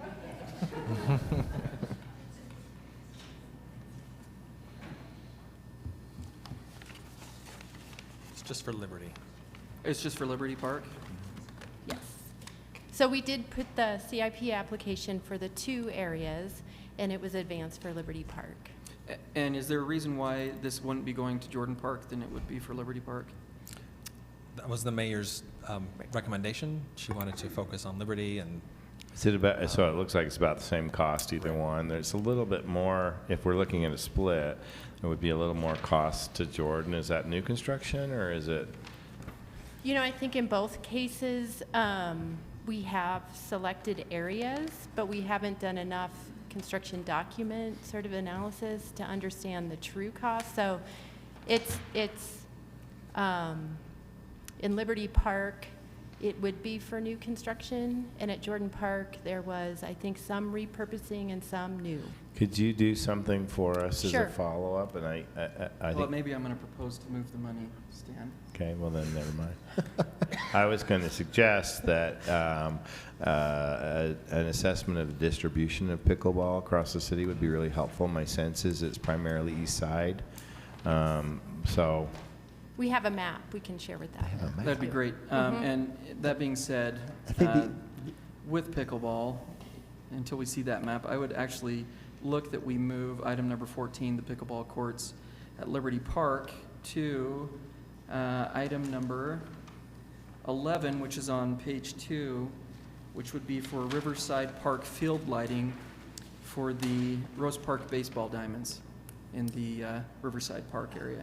And the reason being is that they have, this is one area where baseball is huge on the west side, and there's no lighted baseball fields on the west side. And this is a constituent application from the league, as well as other events that would be held there. So I'd look for support from council members in moving that funding over to there to fund those and light those two fields. I'm so disappointed. I thought you wanted pickleball on the west side. We could put some pickleball there. We learned earlier when you were not with us that lighting may be an impact fee eligible On the new expenditures. On the new plan. On the new plan. So If it's adopted. before we take this vote, could we get some feedback on that and clarification to confirm that? But And if so you'll highlight that, Ben, just so I don't forget, next October 4th?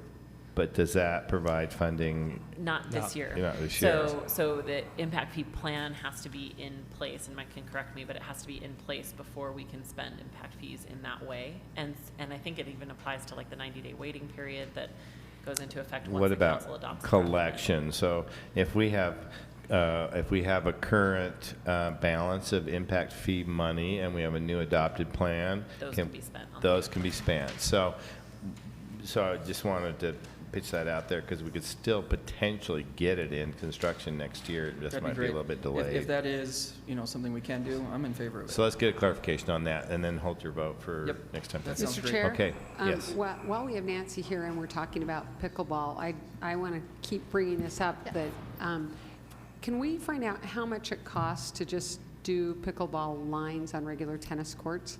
And propose that as we're going through and resurfacing courts, that we maybe think about that. And I know that the nets aren't as high, but it's still kind of a nice alternative and multi-purpose use of some tennis courts. And my understanding is that there's been funding to put pickleball courts at Fairmont Park. Well, there is funding For tennis courts. for tennis. We have design funding and implementation funding for 2 tennis courts in Fairmont Park. We have submitted a budget amendment, which I think you've seen, which would allocate the funding instead for pickleball courts. And we are proposing that it is single use because we've heard from both of those user groups that they prefer single use. Right. One of the things we're doing is in the design of the pickleball, you can fit, if you're You can fit 6 courts 6 where to there are 2 8. tennis courts. Yes, so, because so if we move forward with this, we can do sort of the post-tension concrete foundation that is 2 tennis courts or 8 pickleball. We could do the 8, either one, the 8 pickleball, and if pickleball were to die into the future or not be as popular, it's really easy to go back. What I've heard is from the user groups is that it's really difficult. It's easier to go that direction than the other direction? No, you can Or go either way? direction. Okay. And I would say that the dual painting is a nominal cost that could be incorporated. And then given that the tennis court surface is in good condition, it's fairly straightforward. I don't have the exact cost, but it's not prohibitive. So if we were to develop either tennis or pickleball, we can do the footprint so that it could easily go back and forth based on demand, and while still providing either both or single use. But it's difficult, I think the reality of day-to-day dual use, it's a difficult thing to balance.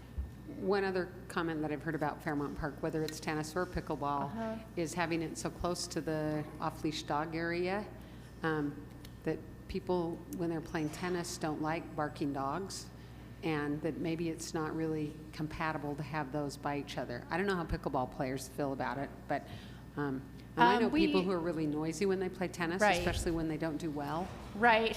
Not from personal experience or anything like that. I heard the same comment from the tennis players as well. Not from them, but by way of it, and we asked our Utah Pickleball Association if the dog park would bother them, and their quip was they're hard of hearing. So they said they would be happy to have courts anywhere. And one of the reasons we're advocating for pickleball is the community really wants to activate the southern part of the park. And if you have 8 pickleball courts, 4 players per court, 32 players versus 2 tennis courts, 4 to 8 max. And so there is a demand that we haven't met. And we do have senior living coming Yes. to Sugar House Yes. next spring. Yes, and Boys and Girls Club would like Right. to also Could use use that the too. pickleball. It sounds Okay. like you've thought of all those things. Thank you. All right. Andrew has a question, then I'm going to Well, wrap this up because we're Proposal, actually. A proposal. This goes okay. back to Derek's proposal earlier, and I'm not putting down the proposal at all, but I had desire to look at the Tier 1 proposal for the East-West connections. It's $450,000 for an analysis, essentially, of those connections, and it doesn't take the entire 472 that we are not going to allocate potentially to Liberty Park. I'd like to see us use some of that on that East-West Connections study. Pioneer Park, excuse me, Pioneer Park. The rationale for me is that it's probably the major barrier for both economic development on the west side, and touches on districts 5, 4, and 1 and 2. And it hits a lot of us that way. It also touches on, I think, California Avenue, which is having some, with the new changes over there, having some additional problems as the arterial going east-west. So I'd like to see us address that if we could. Mr. Chair, and I'm just wondering, because it's a plan or you're looking at it, would that be impact fee eligible? I don't believe this one is. Some- Have you mentioned on the plan? Another opportunity that Yeah. I'm thinking it might have is that at least a portion of it, Depot and North Temple, fall within RDA districts, and so we may be able to get a portion of it started through some RDA funding. So That's why West why- Capitol sort Hill, of too. so why don't next we year. get, in West Capitol Hill, although that's restricted, so. Oh, that's But why right. don't we get some feedback as to what perhaps we could get started with an RDA funding component, if not the entire length of the city, but initially getting it started. I'd be open to cobbling together different types of Okay. And if funding for it. transportation has any funding for that study as well, it's always a good route to go. Okay. Transportation. Thank you all very much. That concludes our CIP discussion today. I think we may have done most of our proposals, but if you do have any additional recommendations, please make sure you're really clear about that with staff before our meeting on October 4th, where we expect to have a final approval of our CIP recommendations. We're going to take a short break before we come back to our next agenda item. Let's do 10 minutes max. Thank you.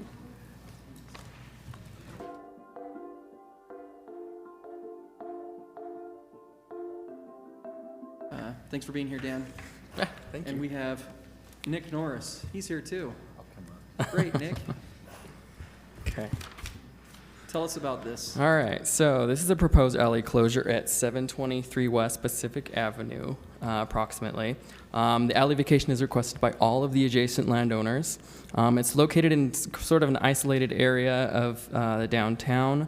You've got I-15 right on the west. You have the rail corridor right to the east of it. And then you have the 400 South viaduct to the north and the I-15 500 South ramp to the south. So you're kind of blocked in on all sides. And this area is zoned CG, general commercial, which allows up to light industrial uses, and the surrounding properties are generally light industrial related uses. And the alley itself was originally accommodated residential uses before I-15 was built, but since that time it's been used for industrial uses. And the entirety of the proposed alley closure is highlighted in yellow. So these are photos of the entrance points to the alley. On the north side is the top photo, and you can see the alley right along the building. And then on the lower picture, you can see the east entrance to the alley, and that's sometimes used to get to the parking lot. So in considering closing an alley, the alley closure must satisfy at least one city policy consideration, and these include lack of use as a public alley, whether public safety issues, whether it serves as a positive urban design element, and whether it is to be closed for a community purpose. And in this case, the alley qualifies for lack of use as a public alley. The alley has been used for private vehicle parking and as a private driveway for decades. It's paved and marked as part of the parking lot. It also doesn't serve as a positive urban design element. In some areas of the city, like downtown, the alleys can serve as shortcuts, pedestrian cut-throughs, or service lanes. In this case, it doesn't support any of that. And again, this is supported by all adjacent property owners. And the Planning Commission recommended approval of the full closure. And if closed, the alley would be split down the middle and sold to the adjacent property owners for fair market value. And with that, I can take any questions, and the applicants are also here to answer any questions as well. Great. Council members, any questions in regards to the alley closure? I have one, and that is, why are they not pursuing is it the north-south alley vacation? They're now pursuing the entirety of the alley. Oh, they are? Yes, they are. Yep. Okay, I read that wrong. I thought that they were going to abandon the north-south and just go with the east-west. That was a consideration, but they're going for the forward with full the thing. entire Yep. thing. And it's a single property owner for all of those parcels, Each parking lot? each one is a separate property owner. So is there any concern about providing access to 745 versus, along that right-of-way that the alley provides along 723? Yeah, and the property owners have come to an agreement about that, and they can fill you in if you have questions about how that's going to be handled. Ultimately, I believe that 723 will sell some of their alley or have an easement for the 745 West property, but they can provide you any details on that. That's great. Why don't we have the petitioner come up and tell us what's going to happen with the 745 access? And my only concern is that clearly there's a property access along that line that the alley provided, so that we're just making sure that we accommodate that long term. I'm Scott Thornton, the manager of Thornton Investments, which is the owner of the 745 property. And that's where Thornton Plastics is Thornton at, Plastics, right? yes. Correct. And then to my Why don't you, let's address the alley you're talking about. Yeah. Okay. Jeff Beck, I own 723 West Pacific Avenue. And this was supposed to go before you guys in July, and we kind of took it off the table to discuss an access easement for Thornton's from, we're going to vacate the alley and then give them so many feet of access so that they have parking underneath their building that they need to access. Then also the south triangle of their property as well needs to be accessed. So we've come to an agreement that he would grant the westerly 15 feet of that 723 property, which would be sufficient for us to get vehicles into our underground parking and also any heavy vehicles that might be needed for the south end of the building. And you're splitting the alley down the middle, plus an additional easement for access. So that really gives us about 25, if you take where the alley is right now, which is about 10 feet wide, plus the 15-foot easement, that gives us a full 25 feet from the edge of the building for us to have access. And so because of that agreement, which is will be documented legal, we'll have legal documentation real soon. So I think we're good with that. And I just have a follow-up question for staff on that. When we have a property owners with a agreement to do a legal easement, how does that line up with our process for vacation and disposal of the property? Do we record at the same time? Do we put requirements that the easement be recorded first, or? Not sure. So we would require that easement to be put in place at the same time or prior to the alley recording. So they usually would happen in conjunction with the same documents. And that's generally a part of the ordinance that we adopt if we adopt the ordinance. Yeah, just to make sure that we're not doing something that deprives somebody of their access. Thanks. So that would be required to be either at the same time or prior to? think you have to at the same time because you don't own it and you can't give an easement on it until we, Yeah, it's until we give it up. yeah. So I guess we couldn't, I mean. You might be able to owner- on the property, yeah, but the half of the alley wouldn't be able to. Attorneys work all this Right, stuff okay, out, so. No, I'm not an attorney, my brother's an attorney. So just to be clear, so you would actually like have in place the easement on the half of the alley that would be done simultaneously? That's my sense from what you're describing, as well as the additional 15 feet, yeah. Okay. Any questions for the petitioner? Great, thank you very much. We took our break early, so do we have, is Fred Philpott here? He is not here yet. We can take a break. I don't think he's expected until 4:35. So we can take that break until Phil gets here. I mean Fred, sorry. So we'll come back as soon as Fred's here or at 4:35, whichever's first.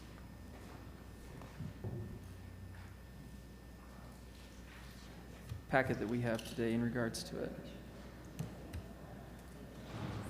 So Jennifer, I think, will be joining us shortly, but why don't you just dive on into it and give us a background and where we're at and why we're here and where it looks like we're going. Alrighty. Just help us out. Mr. Chair, Yes. is this a one-shot deal, or what's our plan going No, this forward? is the consultant's report that was given to the administration that was then forwarded to us without any recommendations from the administration. But I just thought it was key for us to, Stan and I thought it was key for us to have it on the agenda to discuss it and move it forward. And our next step as a council would be what? We would be looking for a recommendation from the administration. And we would have another meeting at that point. So So it's more like a briefing. Correct. And questions, why can't we do this, why can't we do that? Okay, thanks for that. And if I might just remind us that we need to adopt a new ordinance, and then it's 90 days from the adoption of that ordinance to implementation of any new impact fees. And I believe there's some public input tonight and Thursday. Well, Cindy's got some Sorry, points this too. morning, they had some public input this morning, and I think they have some on Thursday, and then they will be sending us a formal document, so. The consultant is available to both branches to consult, and so that's why he's here tonight. And he did a briefing just with staff yesterday, and it was very, very helpful. Thank you. So I hope you'll find the same. So I also want to just clarify on the comment with regards to the 90-day wait period, that's for any increase in the impact fee. So if we're proposing a decrease, that would be effective immediately. But wouldn't, if you're putting the fee into a new area, which is proposed under this study, wouldn't that be? An increase? That's an increase. Yeah, so if we don't have an impact fee currently in place, then any impact fee would be an increase. So even if it's a decrease of our current fee, if we're expanding the collection area, then it's considered an increase, So correct? the main area that would affect, it would seem to me, would be roads in the sort of traditional part, the main part of, the original part of the city. Is that Yes. correct? Okay. I don't know if, am I okay just to Yep. jump right in? Okay. So yeah, we've touched upon impact fees in the past. I'll highlight some of those variables again with regards to our methodology and approach, then get into the details of each of the components that we've evaluated, and then provide an illustration of the proposed impact fees, as well as some comparables for other communities. As we've discussed in the past, there are two requirements that we have to fulfill. That's the completion of an impact fee facilities plan and the adoption of an impact fee analysis and impact fee ordinance. The document that has been made available fulfills the requirements as it relates to the impact fee facilities plan and impact fee analysis. Then the adoption of the ordinance is what will be the final execution of that impact fee schedule. We've highlighted this and discussed this in a little bit more detail in previous meetings, but the primary objectives of this approach is we need to look at demand within a specific service area, evaluate levels of service, look at the existing facilities inventory, evaluate what future capital facilities are needed, and then complete a financing strategy and evaluate how facilities were funded in the past and how they're intended to be funded moving forward. Timeline wise, we are still at some of these beginning stages, so it looks like there's a lot left to go, but this can also happen pretty rapidly as it relates to the adoption of the impact fee.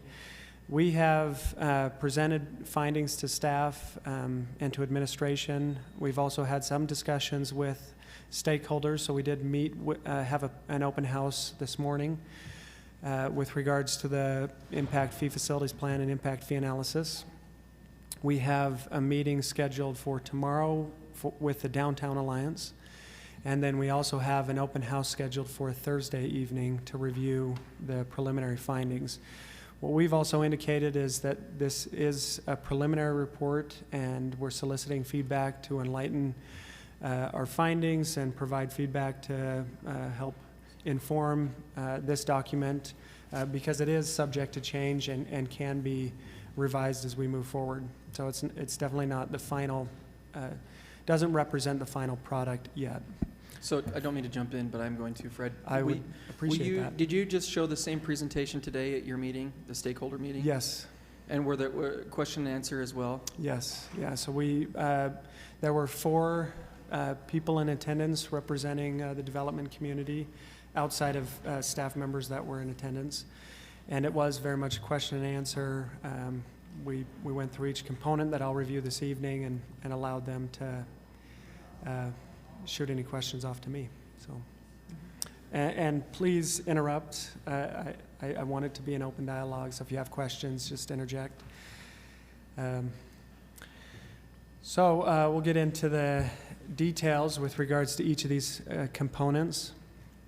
With regards to the park impact fee, we look at establishing a level of service on a per capita basis and look at the investment that's been made within the park and public lands arena.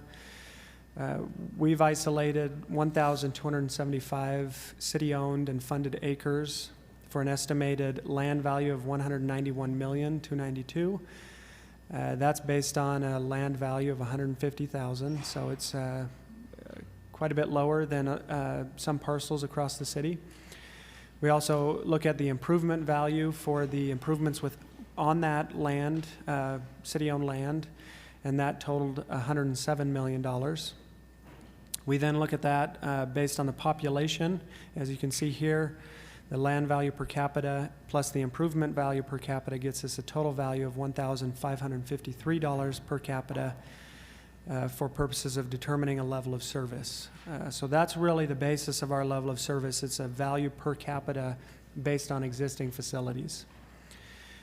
It's also important to note that we've excluded some facilities that were funded using a GO bond. There's a property tax levy associated with that, and so to ensure that new development isn't paying twice, in essence through a property tax levy as well as through an impact fee, we've eliminated those facilities from the calculation of the impact fee.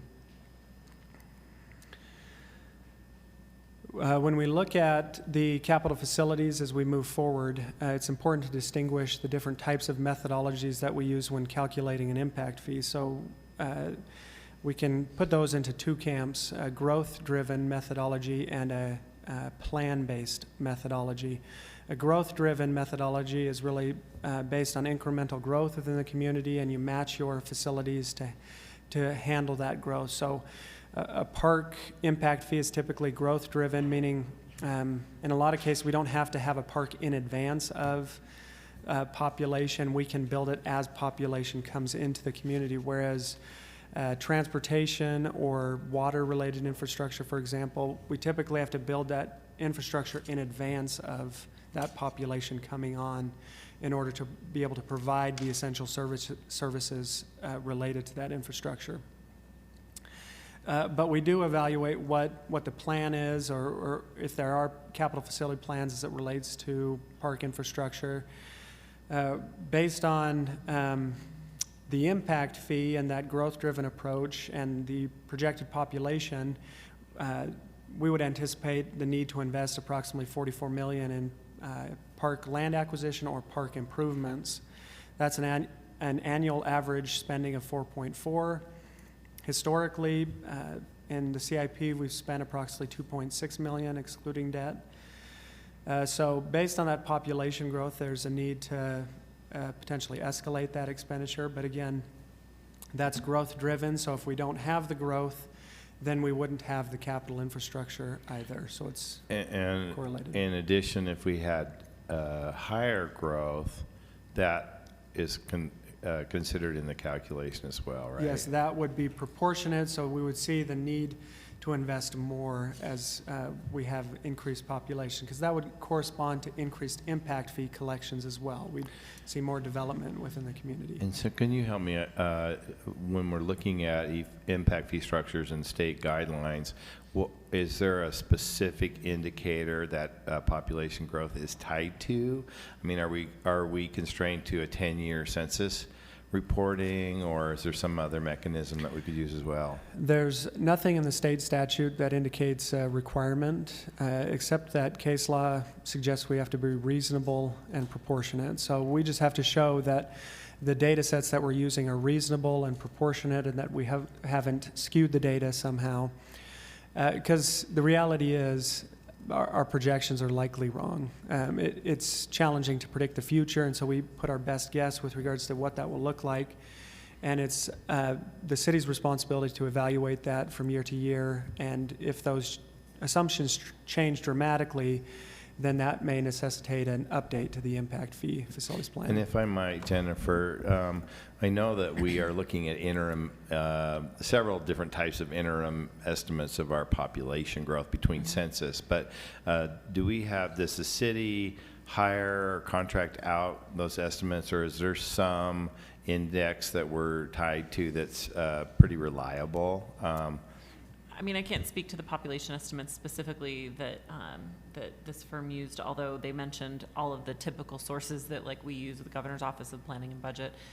We do have a contract with the demographer at the University of Utah, but I actually think she often relies on the Governor's Office of Planning and Budget. That I don't know if there are other sources that. Yeah, so when we look at this, the Governor's Office is a variable that we evaluate, and then looking at historic data with regards to 2000 census to 2010 census data, that the Governor's Office data is extrapolated into what is called traffic area zones. And so regional planning organizations like Wasatch Front Regional Council aggregates that data and then provides that to transportation planners, which was in this case provided to Fair and Peers for traffic analysis, and so we pegged population growth to those variables. So down the pipeline, it's come from Governor's Office of Planning and Budget, and then to those traffic area zones to get at trip counts, and then we utilize those trip counts to extrapolate growth in commercial property, residential property, and overall population. And I'm just wondering if this is something we want to consider going forward in consideration of sort of the pretty significant growth we're experiencing right now, and certainly for the next couple of years as units come online, some process within the city to be consistent about estimating our growth, even if if we do access those other indicators. I'm not sure that there's anyone charged with watching that Right. at the city to make those modifications. So I'm wondering if that's part of our conversation of implementing this plan going forward, is that a very strategic request or even funding to look at monitoring that annually as part of our And impact we fee. do, We do an annual updating of the population in conjunction with the budget. So it's a section in the budget book that's updated. But to my understanding, it never kind of follows through and updates the impact fee plan, because the impact fee plan is such a rigorous process that it seems like we only update it every maybe 5 years, 6 years. So I don't know if there's a way to build in a more kind of regular updating of the population estimates, or if that's just part of the way it works. Yeah, so impact fees, that is one of the challenges as it relates to impact fees, is it's, again, it's a snapshot today of what we think the future is going to look like, and those assumptions are likely to change tomorrow and over the course of the next several years. And we encourage communities to look at those variables, and if there's a reasonable fluctuation, that's understood. You know, we're going to see, especially where we utilize straight line or linear growth estimates, the reality is there's peaks and troughs in growth. So what we are looking for, and what we encourage municipalities and our clients to look for, is large deviations in those proposed plans. And if that occurs, then that may trigger an update to the plan outside of maybe that traditional cycle of every 3 to 5 years. So, for example, a recession could hit, and we could see all growth stop, and therefore the need for projects or system improvements would also tank. That may be a time to revise the impact fee facilities plan and evaluate that. There are also a few other things that have come up recently in council discussions that in staff's discussion with the consultant, we identified as, here's a key area where you would need to change your plan if some of these ideas were pursued. So one of the ideas was, if the council pursued a significant funding paradigm shift in the way you fund infrastructure, which is what you have a priority about this year, you would need to update the impact fees facility plan, because the impact fees facilities plan is based on what you've been doing, which I think the full council has agreed is not adequate, and that's acknowledged. But all the plan can do is base the plan on actual data rather than what we hope for the future. And so I think that that's maybe a red flag for you guys as the council to know that, you know, if you pursue like any other sort of independent funding stream for roads, independent of sort of the way you've previously funded roads, that would likely necessitate an update to the impact fee plan. And same goes for other assets, I think, as well. Erin? Thanks. If we're starting to collect a tally list of possible policy considerations, I'd like to tack this one on there, that should we all be dead and gone and all of the institutional knowledge be gone, that there be some piece of policy perhaps that triggers a reevaluation, that if it's possible to list all of these triggers, realizing we can't probably predict all of them, that I'd love this to be added to our list of considerations. Yeah, Unless you can come up with a better way for us to instill that trigger. I think at the high level, it is difficult to determine every trigger, but if we go back to the basic assumptions of this process, which is looking at demand, looking at your level of service, looking at existing facilities and future facilities in your finance strategy, those 5 elements, if you see a substantial change in any of those 5 elements, that would necessitate an update to your impact fee. So if your demand variable changes substantially, that has a trigger or an effect on all of those other components that we evaluate. And so I think, if I were to look at it, those 5 variables, any substantial deviation in the assumptions for those 5 variables would be potentially a need to update the plan. And Cindy had a follow-up too. One of the things that we asked the consultant yesterday is if you have to wait to do another impact fee update until after you have demonstrated your intent to increase funding for infrastructure. And it would be, I think, helpful if he were to answer that for the city council. What we were trying to describe as a scenario where, because you have made this your priority, if the council were to say, as part of our CIP adoption this year, we are taking XYZ steps to increase the level of funding, or we are doing such and such initiative. The question was, could the council then use that as part of this process rather than coming back later to amend it? So can we ask the consultant to address that? Yes, so there is no requirement or stipulation within the statute that says there has to be a history of spending. For example, it's more a risk factor, and when I say risk, it's the risk of challenge.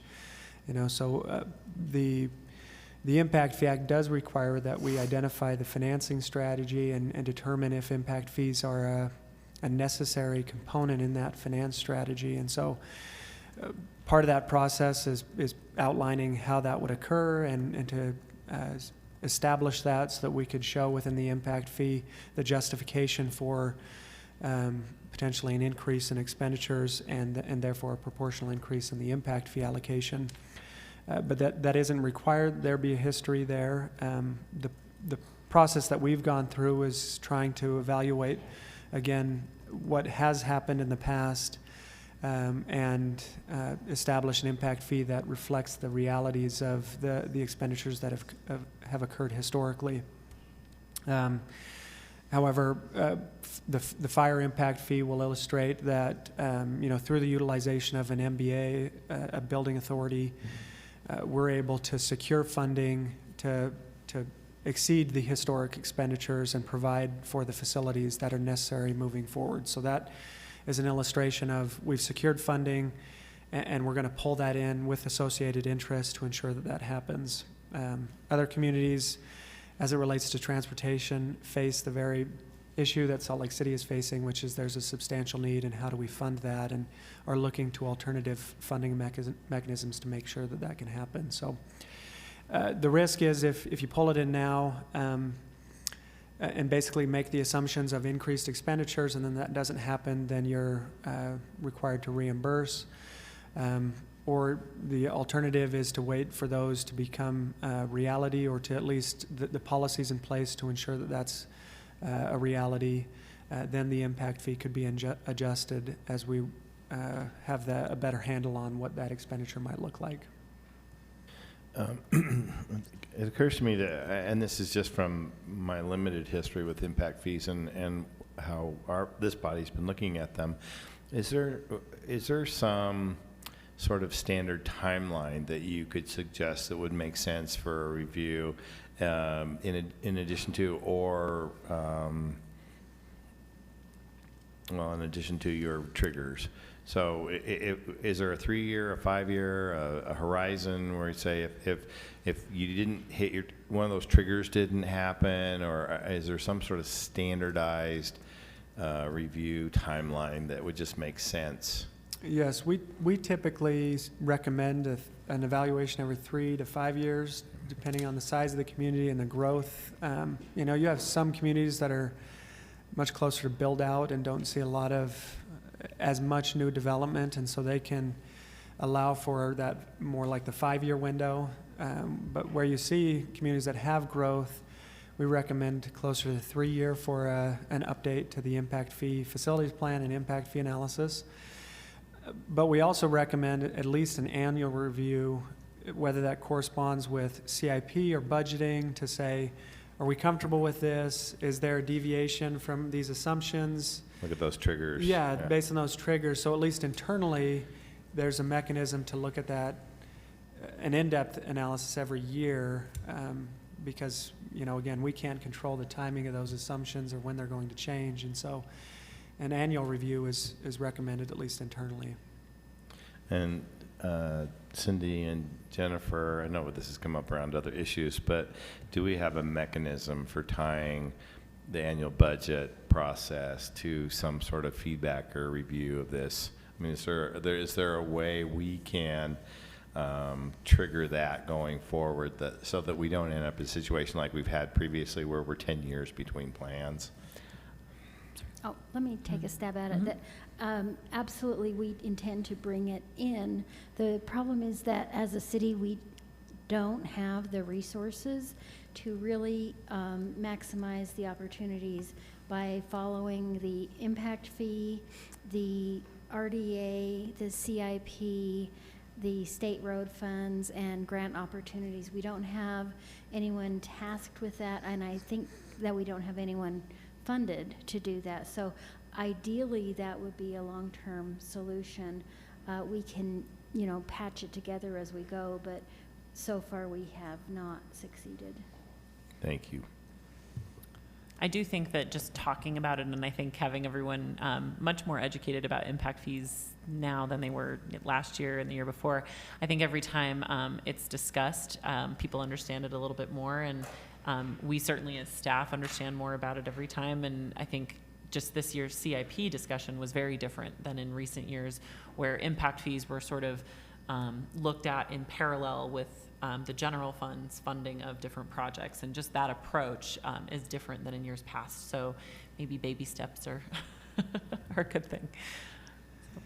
So when we get to the specifics as it relate to the Can I jump in for a minute? sorry, I yeah. just, this is a way bigger sort of overarching question, and I don't know who is best necessarily to answer it, but as we look at impacts, which would you say have the greatest impact? Residential or commercial uses? I think I just am interested to know how you see that. and the answer to that is it depends on what service we're looking at.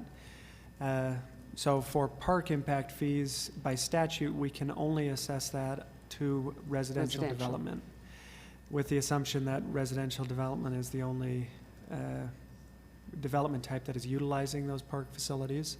So even though people may on their lunch break from an office building want to go hang out at the park, by state statute, we can't Yes, correct. do that? Yeah, Okay. so that has been discussed where, I work in downtown Salt Lake City, and I frequent park facilities on occasion when my kids come to visit me during the lunch break. So there definitely is, as you'll notice with all of these, there's arguments on both sides of the coin.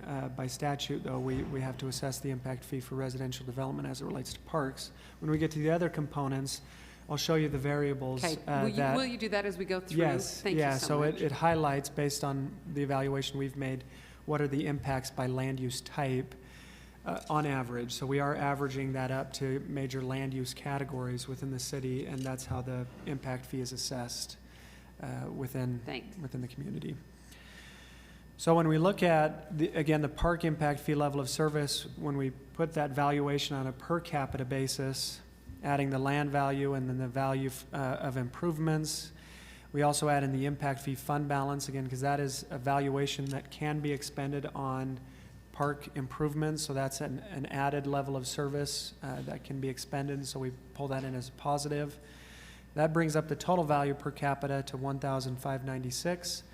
And then we allocate that based on household size within single family and multifamily to get a fee per household of $5,043 for single family and $3,000 for multifamily. And if I could just pause here to, back to the, because I think to highlight a few things for council members, just so you're aware of how this plan differs from the previous approach.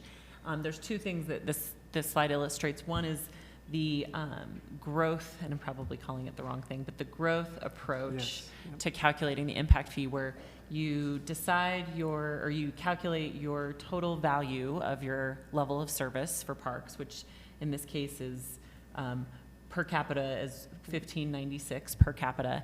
And then instead of having some project total of all the projects and then you're dividing it by the growth, you instead multiply the value by each person you have in the household. So each person you have per unit is how they're getting the different fees for single versus multifamily. So it's that $1,596 multiplied by the 3.16 people per single family home and 1.88 people per multifamily unit. that is causing the fees to be different for multi and single family. And that's different from the previous approach, which had a single fee for either single family or multifamily. And the reason that that was done that way is that there was a total amount of the projects you wanted, because as you mentioned before, there was a long list of all the projects that could be built for parks impact fees, and there was a total at the bottom of the list, total for the 10 years of projects. And then that was divided by how many units we thought that would occur over that planning period. So it's just a different approach on two fronts. One is separating out the multifamily versus single family, and then the other approach is separating out or changing the methodology to calculate it, in a sense, calculating up rather than kind of dividing by the growth. I think in the end, this approach would seem to be a lot more flexible in terms of actually getting the money out and spent on projects, because rather than having this tennis court at this park, you instead have a list of park amenities, and that a certain percentage of it is growth related, and so anytime those amenities are suggested, it would be impact fee eligible, regardless of which park it is. If we forgot to list it, it wouldn't, which happened a couple of times in the last plan. It's like, oh, we didn't think about this project when we adopted it, and it's not eligible. It seems like it happened more than a couple of times. Yes, It happened quite a bit, actually. So I have two questions. One related to the pretty significant difference between a single family and a multifamily, and I wonder if any. I'm just intuitively, and I might be wrong, it seems that a multifamily residence may have a higher requirement for park space than a single family residence, because I'm assuming in most single family there's some yard space, there's some side yard, backyard, something like that, where in multifamily that is unlikely to exist at all. And so is that something that's consideration as we're looking at that? I mean, I understand your model you're using, and it doesn't really factor into that demand of a single family versus a multifamily. But have you seen that other places? Is that a consideration? Yes, the comment is frequently brought up with regards to single family versus multifamily. The challenge is proving that parks are free use. There isn't a toll gate for each park unless it's a regional complex, for example. But arguably, you look at some facilities, and they're more likely that they could be utilized more heavily by single family, especially if it's a soccer field or a baseball field or some sort of a pool, for example, or some facilities would actually be the opposite, that larger household sizes would use those more frequently. And I can only speak from my experience as a single family dweller with 4 kids.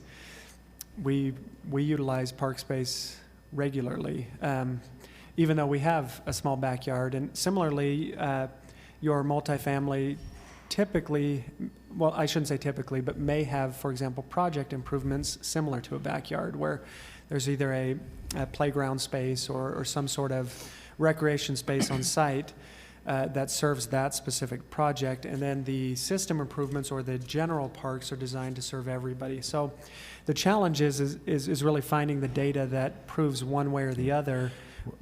It feels like the part of the assumption is kids versus no kids, and I can totally see that in the numbers.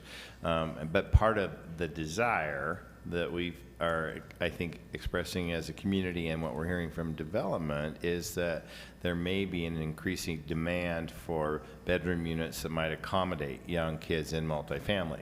But we would need to demonstrate that that is a trend we're seeing, rather than this historic data that this is based on. Yes, and it's important to note,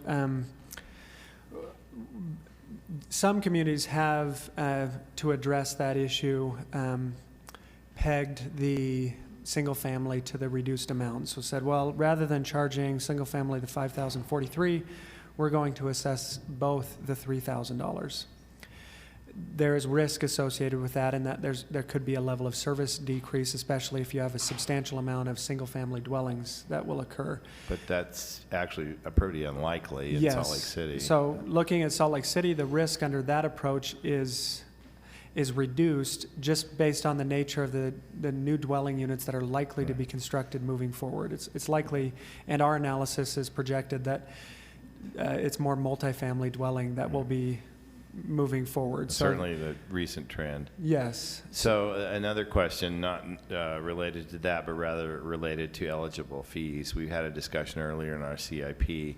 If we are looking at parks projects on existing parks land that increase the ability to handle more people on that footprint, then that is, my understanding is that's probably eligible now. Yes, so that's the flexibility of this approach, is that we're saying the level of investment is provided as a dollar amount, and it's up to the city to reinvest to that level moving forward, whether that's expansion of existing parks, the acquisition of land, or a combination of both of those. The land value may be prohibitive within Salt Lake City to continue to acquire parcels of land, so it's a matter of expanding existing infrastructure within the community. And so we have to, again, the city will have to evaluate each proposal and ensure that there's expansion infrastructure that's being contemplated. So it has to be for growth-related infrastructure. And one final question as it relates to parks. A conversation that we've been having more frequently is the idea of linear parks along streets that connect either existing park services or new park services.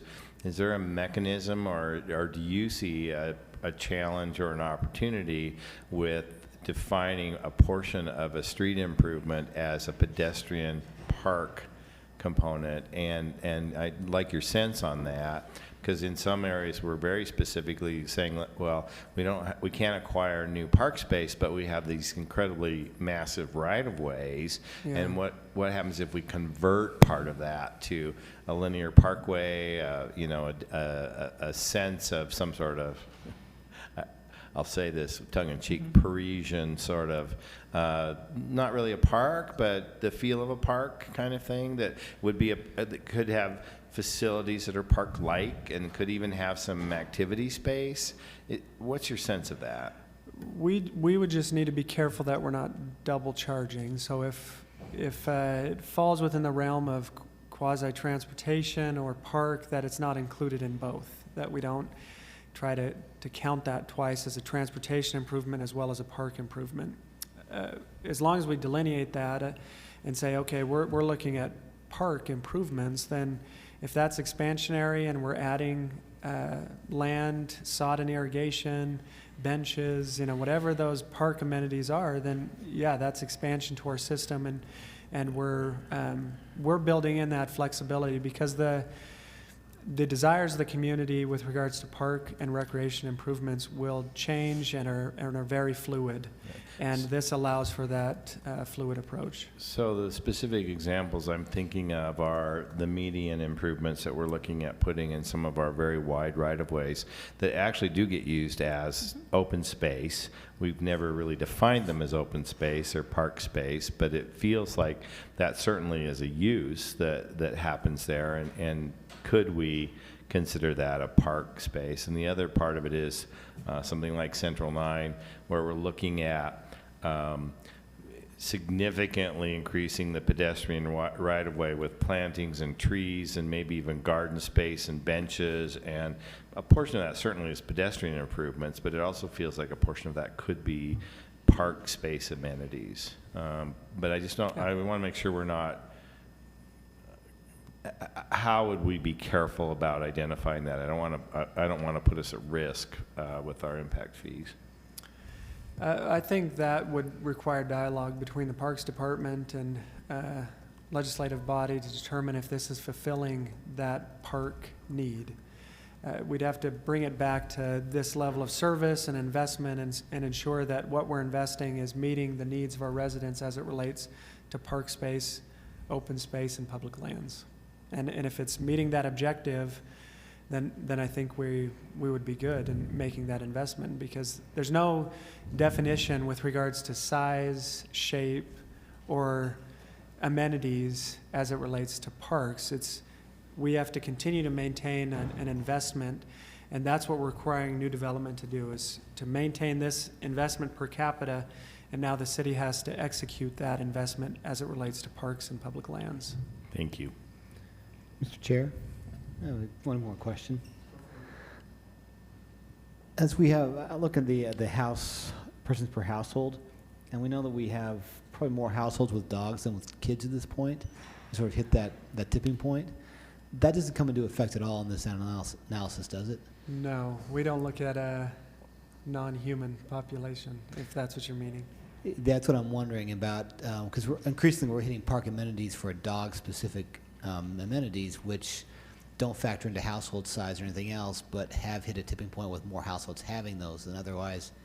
And I'm wondering how that is discussed or not at all. In my mind, it really is the flexibility of this approach, which as the needs of your community change, then the way that we invest that $1,596 per capita may shift towards different types of improvements, whether that be dog parks or related infrastructure, rather than new tennis courts. How does household size factor into that again?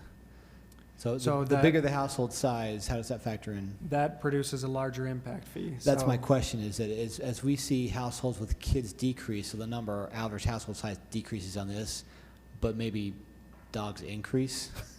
Yeah, the challenge is having the data to support it. So if there, definitely there can be initiatives to try to get it more detailed data with regards to utilization and frequency within park space.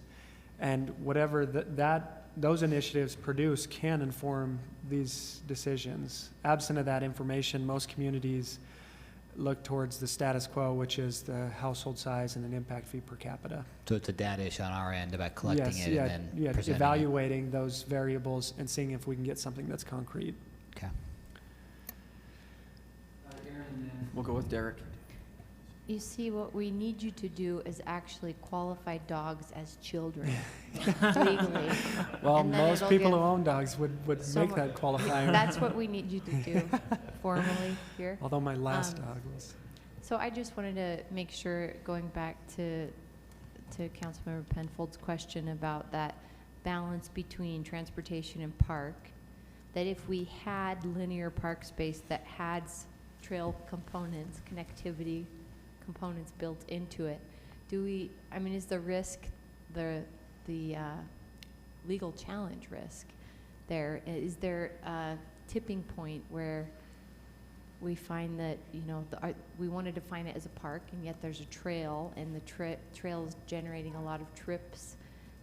Is that how we contemplate what that legal balance is prior to funding? And can I add to that, Aaron?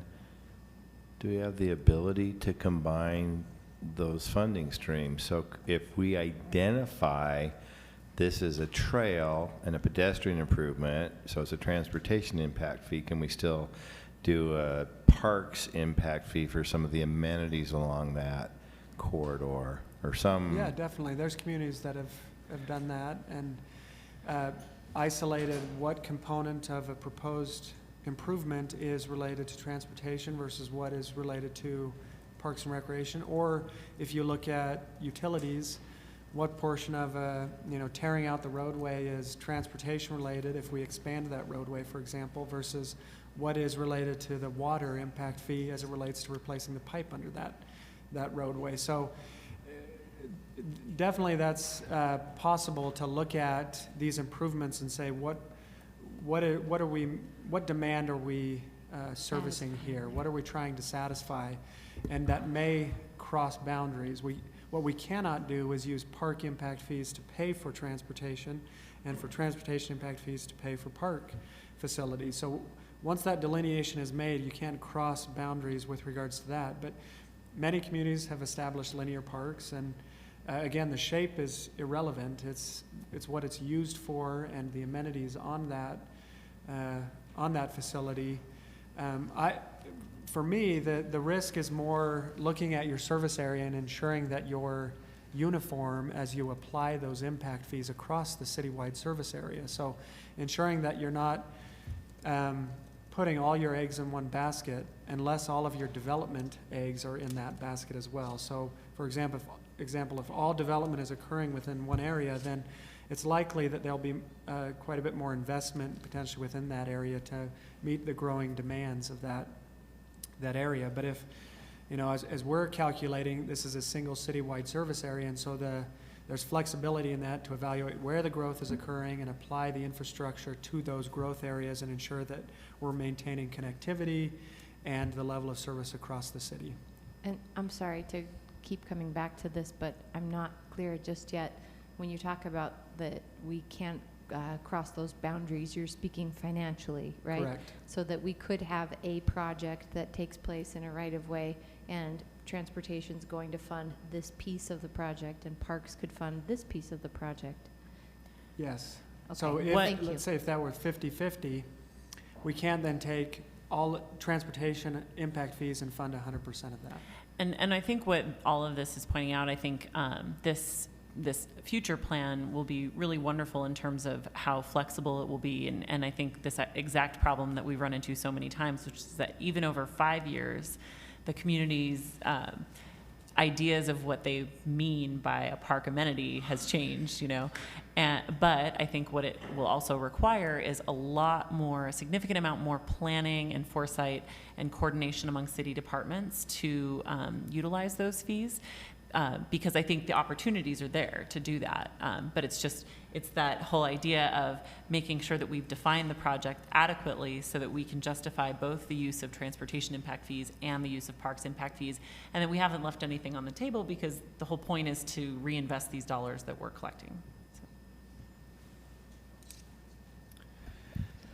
Alrighty. I have a quick question. Okay. So looking at these increases in fees, I wonder, so we're doing a downtown and a sugar house transportation study, and we've hired consultants to do that. And one of the really interesting data points that they brought to us is that for every parking stall that we require a residential developer to build, it increases the residential rent by approximately $225 a month. My question is, have you done any analysis on the increases in these impact fees on affordability in the city at all? We haven't. Can you do that? We probably can do that. That would be really interesting for me to find out. The question is defining what is affordable. If you're looking at affordable housing, for example, there is the ability to actually potentially waive impact fees as it relates to affordable housing, which I think the city has that policy. We have that right now. Yeah, I see that. So I guess it's not so much about the affordability. I'm wondering just what the increase will do to general rents, affordable or not, if that's information you can put together. Yeah, we can look into even that. on market rate, how much would it increase rents? Yeah. I'm sorry, can I just clarify? Yeah. Did you say you calculated it was 200 and something a month? Indeed, yeah. Into the future? Can we get them to check that for us? Because I'm hopeful that's not it, but I don't know. Looking at these numbers as it relates to just the park impact fees, again, where we're looking at... It's a one-time... It's a one-time fee. Where we're saying, for example, multifamily going from $2,875 to $3,000 or a 4% increase. Right. I would be surprised if that would produce as substantial of an impact on, especially where I shouldn't say most, but a lot of developers build within multiple communities and experience impact fees of this nature in other communities across the state. And as it relates to Derek parking factors. and I'll have to fact check this number too, but I think it depends on the project, but based on like underground parking or something like that, one space can range anywhere from about $12,000 to $24,000 per stall, and so it could easily have that kind of impact over the long-term financing of a project. Yes, I'm just making the comparison that Yeah, an it's increase helpful, will yeah. make a difference in what a developer will pass on to the tenant, for instance, We've right? had It's an developers argue the opposite in public hearings, where this is a cost that they cannot pass on because markets establish the price points for housing. And any increase in the impact fee is a cost that they can't pass on, which is, I guess, the birth of the 90-day wait period, where any impact fee increase requires a 90-day wait period.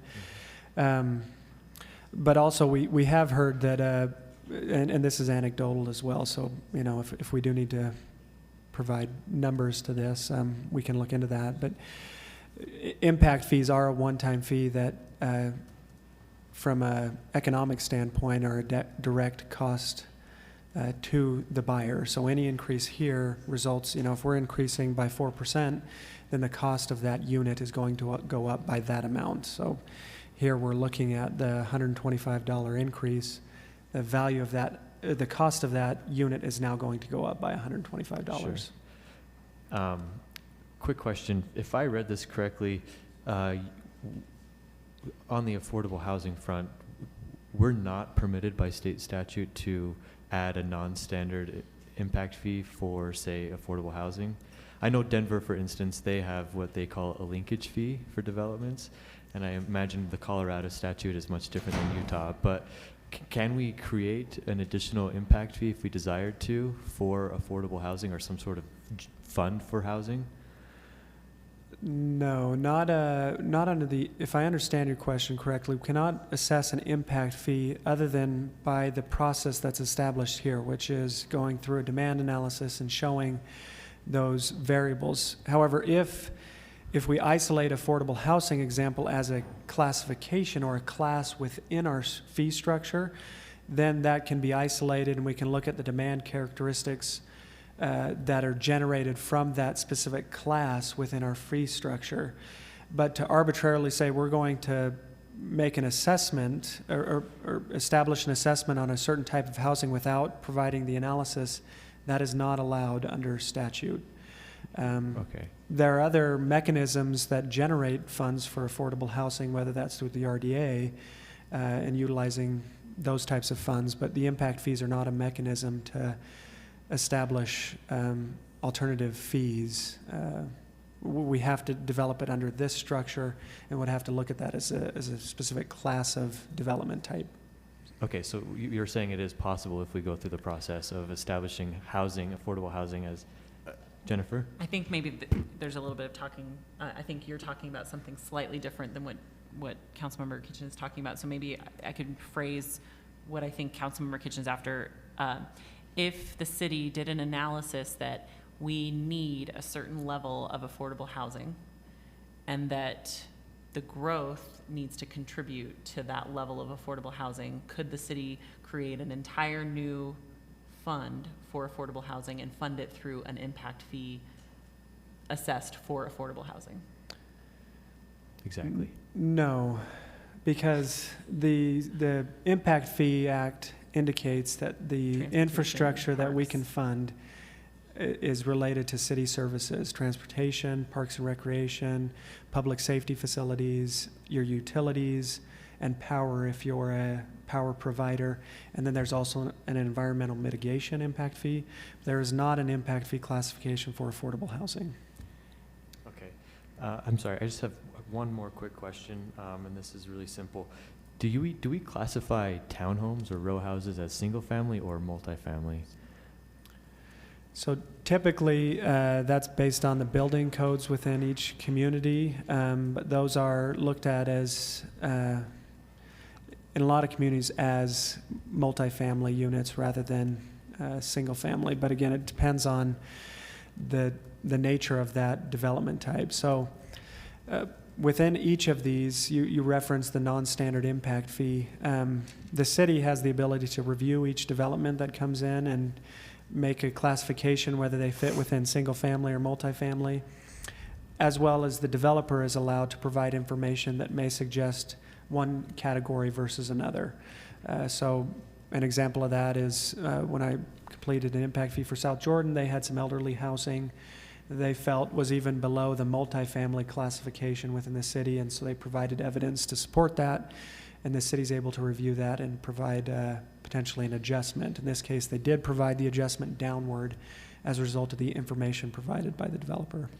And looking at the proposed new fees, and, you know, going forward, have we talked about, or are we considering pegging this to inflation at all, or linking it to inflation? Some communities have looked at that. The statute does allow for the consideration of fair comparisons and fluctuations in valuation. We typically look at adjusting the CIP based on inflation, and so putting an inflationary component on our capital infrastructure based on the timing of those projects, rather than building an inflation on the final fee. From our point of view, that doing it the latter, pegging, you know, an inflationary variable on the fee itself, may illustrate to the development community that you're raising your impact fees without going through a public hearing process and renoticing those impact fees. And so we look at accounting for inflation in the actual projects themselves. And this question is for staff or the administration. Do we have an idea of when we're going to have a plan about how to The 10-year plan? Yeah. Is there a timeline for that? I don't know if It wasn't mentioned in the transmittal, but I don't know. Yeah, I don't know if the administration wants to come up and answer that. But when we're going to have our 10-year plan? Yes. No, the To 10-year be plan in is different conjunction than with this. I guess it's policy question number 3. So there's two plans. There's the impact fees facility plan, but then there's the larger capital improvement Comprehensive. 10-year plan that looks at all of the capital improvements needed in the city over the next 10 years. Well, I can't answer that. I thought you were talking about something else. So, but I can get that answer for you. I apologize. I thought you were talking about when we're going to submit this plan to you. For a recommendation from the administration? I apologize, yeah. Well, you can answer that while you're at the table. Then, Okay. Right? We think we'll have that for you in about, by the first part of October. So, yeah. Okay. Sorry about that. I'm Mike Reberg, by the way. I didn't answer. No, I'm sorry, Mike. I thought everyone knew. Mike Reberg. Generally, But I can absolutely get that question answered for you.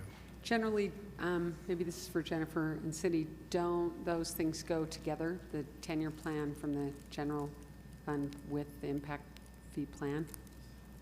I mean, the last two times that I've seen that the city has done an impact fee plan, it has come in conjunction with the general fund CIP plan, just because it's sort of required for this impact fee process anyway, and so most of the data is there, and that's just sort of how the administration at that point chose to look at it. But I think, especially given the methodology change for parks impact fees, it maybe wasn't as necessary in this process, but certainly they're related, so.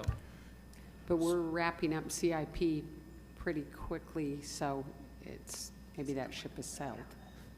Well, that way we know exactly where the general fund is going to have to subsidize that as well. Well, not subsidize, but match. Yeah, I mean, I think it's a fair estimate that you probably won't have it before you need to adopt this year's CIP, but certainly for the next year's process, maybe it would inform that. So there is in this plan a list of projects, transportation projects, that does answer the question. There's a list of projects that represent a plan over the next 10 years, transportation plan, building plan over the next 10 years.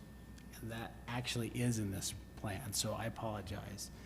In the plan, there is a 10-year project list that anticipates what we are going to be able to build based on the funding mechanisms, the conservative funding mechanisms that we believe are going to come about in the city.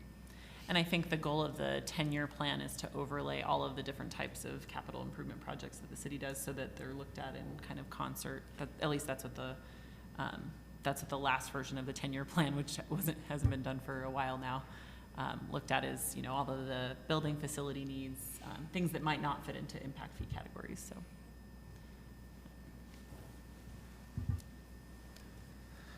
Question, Andrew. Chair. You talked about portion of eligible sort of areas for impact fees is utilities, and we haven't done that in the city that I'm aware of. Is that right? We do. We do. Yeah. Yeah. I believe there are impact fees for Public utilities, utilities. Assesses impact fees, and they're separate from the impact fees we're discussing now. They weren't subject to the moratorium that was adopted last year. So they're established by ordinance that's in the public utilities realm, collected in the public utilities budget, spent in the public utilities budget. So you don't often see them in the same way that you see impact fees from the general fund perspective. What's covered under those utilities? What do you define utilities Water, as? sewer, stormwater, I believe. Stormwater? Yeah. Anything else along those lines? Or is that a squishy sort of definition or very hard? Water, sewer, storm drain, power. Power? If you have, Power we don't do because we don't have Rocky Mountain Power is our power provider. so some municipalities have their own power service provisions. Okay. In my head, I'm just thinking of other utilities that may be part of our thinking going forward, but are not necessarily covered under the definition of utilities, such as wireless infrastructure and wiring the city, those kind of things that are not considered utilities, at least officially in a lot of ways. But I was intrigued by the concept of the utilities piece. I think the issue is that if the city provides those facilities or if a private sector company provides them. And, I mean, a lot of people have looked into, municipal fiber, and I think that would be a interesting conversation about impact fees for that. But considering that this city isn't in that business currently, it's not on that, not on the horizon at least. Yeah. So, but it certainly is a good point. Yeah, telecommunications are not listed as a applicable or an impact fee area. Okay. Thanks. So Fred, I think that Derek asked you this question. Maybe you could just do a follow-up for me. In researching other municipalities, were there any impact fees that other municipalities are charging that Salt Lake currently isn't outside of the state? So like Colorado or California? I believe so, but I'd have to get back to you on what they're assessing. 'Cause I know some communities can assess based on their state code. The definition of public facilities is broader than what our definition is. And so there are some communities that can assess impact fees for alternative municipal services. But the challenge with that is, the state governs what we can assess with regards to an impact fee, and it's clearly defined what components of municipal services or county services, local government services that we can include in that analysis. And so we typically don't look at if communities fall outside of these areas when we do comparisons. Yeah, I think it'd be interesting to note and see if there's anything that would be worthwhile. I mean, we have some great people on the administration and on the council who know their way around the legislature that maybe they could be influential in looking at that. I mean, a good example is probably rail. We haven't looked at railways. There are facilities that are contemplated, but they've been excluded from the impact fee analysis based on the statute. And that's an area where a community like Salt Lake City is likely to, potentially to need services. And could be an impact fee eligible expense if the city is providing that infrastructure. And I think it's specifically prohibited in state law, right, currently? Yes. Yeah. So we can't. We had looked at it a couple years ago. Mr. Chair. Yes, Erin. About that, I'm looking at the non-standard impact fees, little paragraph in here, and wondering about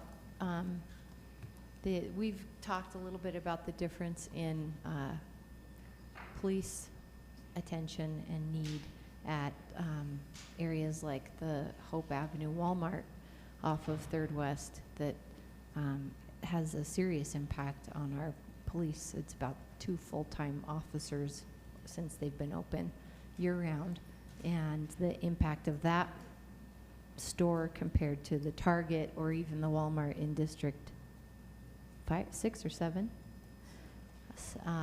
is astronomical. Is that is that something that we could consider as a Let me jump to non-standard? this slide, the fire impact fee.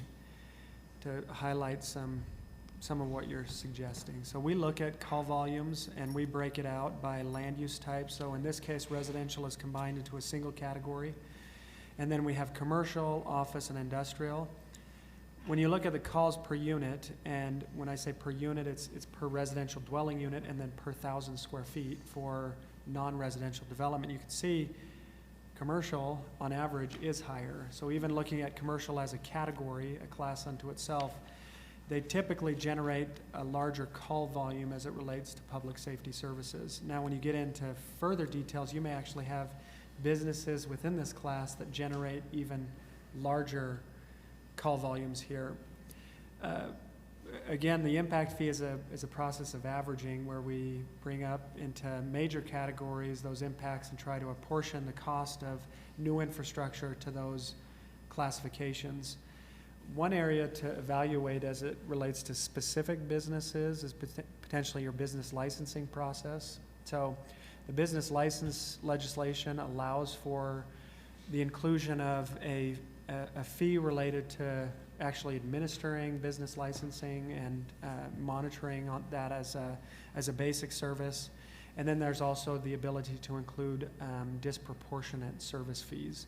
So if you have a specific business or subset of businesses that are producing a substantial impact on city services, then that's one avenue to capture some of that cost, because that occurs on an annual basis, right? If you have to put an officer there all the time, that's an operations and maintenance expense, and not necessarily it doesn't necessarily correlate to that direct capital investment. And so we've evaluated that for many communities, looking at, and it typically follows what you've suggested, where you have specific commercial businesses that create a substantial impact on the system, and therefore their disproportionate fee within the business license goes up quite a bit to start to pay for that ongoing operations budget. So that's, I would recommend looking at it from that perspective, from the business licensing. Again, because the impact fee is a one-time fee rather than that ongoing assessment. That's great advice. I don't know where we're at. Do you have any We idea? currently charge a disproportionate fee. I think we haven't done the deeper digging into separating out different categories of like big box stores, for example, because I think there are big box stores that don't have an impact and ones that do. And it sounds like what we need is a data collection to have a cost justification analysis, because really that's all that's required to change the fee structure. So, but I also heard that it could be an individual business within a category if they were if we could document that they were having a significant impact. It has to be uniform across the class, All right. but we have leeway to determine what that business class is. So some average it into larger categories, and other communities go into much more detail and define classifications that distinguish, for example, your mom and pops versus these big box. Well, and that said, I think a lot has changed in the community since the disproportionate fee analysis was done. I think it was like 10 years ago at least. And so big box stores 10 years ago, before Third West kind of boomed, were a lot different in Salt Lake City than big box stores now. So it might be worth another look. I don't know. I think I'm more interested in a civil penalty approach. And I'm sorry to take us, I didn't mean to take us in the weeds, but that piece in there about non-standard impact fees was intriguing. Yes. And one clarification, there's also the ability to set a geographic area as a class. So if there's an area within your community that how small can that geographic area be? Yeah, that's where you may get challenged based on. Is that? I don't think there's defined? a definition with regards to. Oh my! But, all fees assessed at the municipal level, there's a fairness test. To look at, are we implementing something that's fair or penalizing specific businesses adversely? And that data collection is the purpose of that, is ensuring that the data is there to back up whatever fee assessment is being allocated, whether that's geographically or by business class. That's really helpful. Thank you. Alrighty, so while we're on the slide, time-wise, we've gone through parks. So we have a couple more components. I don't know, agenda-wise, how much time you've dedicated to this We have until variable. Until 6, I think. Till 6. yeah. Okay, so process-wise, I'll just jump back a couple of slides. The remaining impact fees that we've looked at are plan-based, where we're looking at a specific set of capital infrastructure and then allocating that infrastructure to demand that will be served by that infrastructure. For the purpose of this analysis, we've allocated Fire Station 14 and 3 and the associated costs, as well as the training center renovation and large equipment garage, isolated the expansionary costs, and also reduced the cost by any impact fee fund balance that was available at the time of the collection of this data.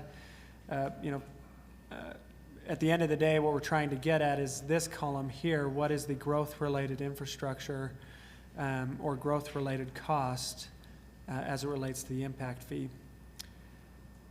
We then take those variables and look at what is our financing strategy, what have we spent historically. So the plan is proposing $26.3 million in future station costs and nearly $3 million for training facilities. The 2012 analysis had it at 13.6. We're seeing an increase there just in base cost. Historic CIP spending has averaged 1.2 million, excluding debt, and so we are showing a disparity there. If we have to spend approximately 2.7 to 2.8 million, or 2.7 million annually, we have some ground to make up, and that's in essence the need for that building authority bond that is contemplated for that structure. As a result, we're pulling in the approximately 3.5 million in interest cost as associated costs for that capital infrastructure. Fire stations are also unique in that it's very much a system-wide level of service, and we're managing response times, geographic response times, and development within the community benefits from both existing fire stations as well as the proposed new fire stations. In public safety in general, the new infrastructure doesn't solely benefit new development. It is a shared facility, and so we've looked at allocating that based on that approach. What we do is pull in the existing station value based on original cost, and this is original estimated cost based on depreciation statements and construction, the year those facilities were constructed. So it's not a huge dollar amount, relatively speaking.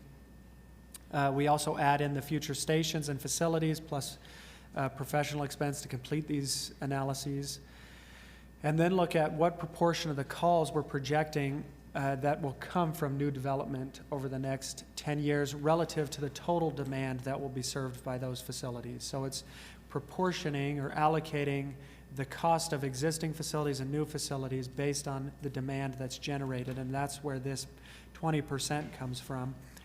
However, the impact fee facilities plan and IFA analysis is solely a requirement as a result of new development, so that's why 100% of that is brought in. But as you can see, it's not a huge impact on the overall cost per call. We take those values, look at the call volume, again, generated by the demand we're anticipating. Sorry about that. And that gets us our cost per call of $428. We then allocate that based on the calls per unit, as we've discussed, where we look at the actual call volumes over a period of time and geocode those to the land use types across the city using parcel data and land use data, and that provides us our impact fee. The proposed impact fee based on this approach produces an increase in residential of 40%, going from 119 to 166, and a decrease for commercial, office, and industrial, as shown in the column here on the to the right. Yes, to the right. So the same approach is then applied. A similar approach is applied to police, where we look at the levels of service and infrastructure. Here we're looking at a Sugar House precinct, subtracting out the impact fee fund balance from the estimated construction year cost gives us a total of $5.9 million. We do not have at this time a financing mechanism, so we haven't included any interest costs. We have included the inflation component, but if a bond were sought, for example, for this facility, then that may necessitate an update to this component of the impact fee. So we would potentially update just the police component within the impact fee structure. Alternatively, if, for example, a general obligation bond were utilized similar to the existing public safety complex, then that may necessitate a revision to potentially reduce the impact fee or eliminate it altogether. Because with a general obligation bond, there's an associated debt levy which would be assessed to both existing and new development. And so they'd be paying for their, theoretically, their impact through that property tax levy. Now, it may not be proportionate, their proportionate impact, so the credit could produce a variation on this that may not put it to zero. Arguably, they could be paying more than their proportional share of that facility, depending on its useful life and the structure of that general obligation bond, but that's getting into the weeds a little bit. As of now, we haven't included any interest. Similarly, we've looked at that fair share build-out approach, saying this is really going to benefit the community through build-out, and looking at what portion of the calls we're anticipating from demand within the IFFP planning horizon. At 23%, that produces a cost per call of $88. You can see that generates a increase again in residential, an increase in commercial, which speaks to that proportional call volume that's generated typically from commercial development. We typically see this in most communities, that commercial entities generate more call volume as it relates to public safety services on a per unit basis. But office and industrial is declining based on those call volumes. I will note that this is a departure from the previous study and much more specific. We're looking at actual call volumes and defining the level of service based on those call volumes by land use type, which results in a fluctuation, a differing fluctuation for each land use type within the city. Alrighty, to transportation. This is typically a little bit more challenging as it relates to the impact fee process. Just by nature of this infrastructure, it's in essence, a grid of roadways and transportation infrastructure that's utilized by all development within the community. We have no control over where traffic goes except through signalization or congestion. And so it's a very connected system, which also led us to reestablish in this planning process a single citywide service area as it relates to transportation. When we look at the existing facilities, the information, it was a little more comprehensive as it relates to transportation infrastructure, with a total of $338.6 million in transportation infrastructure.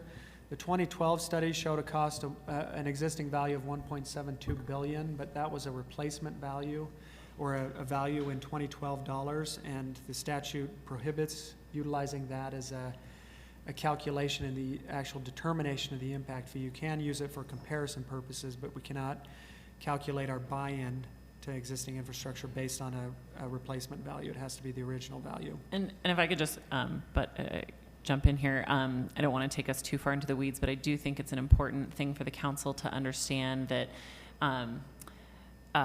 what your impact fee dollars will buy you is already from the start not as much as maybe it's going to be. So in other words, the existing inventory is undervalued from common sense perspective. So the consultants are required by law to go off of what we originally spent when we built the roads, or what we originally outlaid. It could have been 40 years ago, 30 years ago. We all know that those costs are totally different than what it would take to build a road now. But those are the dollars, that's the calculation that's used to determine how much fees we're collecting in order to build roads now. So the statute kind of builds in a little bit of a disadvantage to the cities in terms of actually collecting the dollars you need to, and then this is just my opinion, it's a little editorial, but builds in a disadvantage to the cities to actually collecting the dollars you need to build the facilities. So that disadvantage has to be made up by some other funding source, most likely the general fund, if it's not something else. So just as a kind of, so you know before before we go. So, and that's definitely true. Usually when there's a buy-in, when there's a weighting towards this buy-in component, it has the tendency to pull the impact fee down because we're using historic dollars. Level of service-wise, what we typically look at is a grading system as it relates to roadways. This is somewhat challenging for several communities because specific road segments may fall above or below this, so we're looking at an average level of service across the service area. Where a road segment falls below this or is receiving a poorer grade, whether that's a D or an F, that would be considered a deficiency, and impact fees cannot be used to bring that up to the level of service of C. If the grade is higher, where we have more free movement of traffic and we have a higher grade, then that's potentially an area where we could pull in that buy-in where there's excess capacity in a roadway. It's also, again, as I've highlighted, the complexity here is that as you build additional infrastructure, it actually changes the grading on road segments because it frees up capacity potentially in roadways, alternative roadways that may have been failing are now at a different level of service because of a road improvement in another location within the community. So that's really speaks to that, the service area being very related and extending that service area across the city because the infrastructure is intended to benefit the city as a whole. And could you just talk a little more about, because we haven't traditionally had this as a citywide impact fee, so could you talk a little bit more about that rationale versus geographical, regional Yeah, impact? so the Transportation Department looked at an analysis of trips and looked at where the trips were occurring within the city and where they were going. And the analysis indicated that there is a free flow of traffic throughout the community, meaning we can't, a development within a certain location, the trips aren't isolated necessarily to that location. And are free to move throughout the community and whether that's north to south or east to west. And so that, based on that analysis, it was the opinion of staff to look at a single citywide service area because of the flow of traffic being citywide. The previous study actually also established a single citywide service area from an analytical standpoint. The history is there to have a single citywide service area. I think there was some policy decisions with regards to that, and the actual implementation of that shifted. But from the actual impact fee calculation, it was calculated based on a single citywide service area. And many communities across the state establish single citywide service areas for transportation based on those reasons, that traffic does flow throughout the city. There still may be at a future point justification for changing that within the impact fee analysis. I think the master plan, any master plan initiatives should help solidify that as we move forward as well. If there is a need to establish separate service areas, we caution again against that, because just the relationship of trips throughout the community. And not to complicate this even further, but I think the other unknown that is going to factor into the city in the next 5 to 10 years, and I don't know if the planning horizon is 5 years or if it's 7 years or 10, but the Northwest Quadrant, in theory, will develop, especially as the prison gets built and roads need to be put in and other infrastructure needs to be put in. And right now, unless I didn't see something, but right now there's not roads necessarily planned in the Northwest Quadrant, even though the Northwest Quadrant is part of the service area that's drawn. So in theory, it could be a recipient of impact fees. So I think it might be a balancing question of, if you think you're going to build a road in the Northwest Quadrant to service the development around the prison in the next 3 years, it might be wise to put in a placeholder. But if it's 5 to 10 years, maybe it's just in the next update of the impact fees plan. But- Yeah, so right now, our discussion with transportation focused on what improvements would be necessary to maintain connectivity within this service area as it is today and what we project moving forward. And it's really, east-west connectivity, signalization, pedestrian safety devices, and those types of things across the city, and maintaining that connectivity east to west.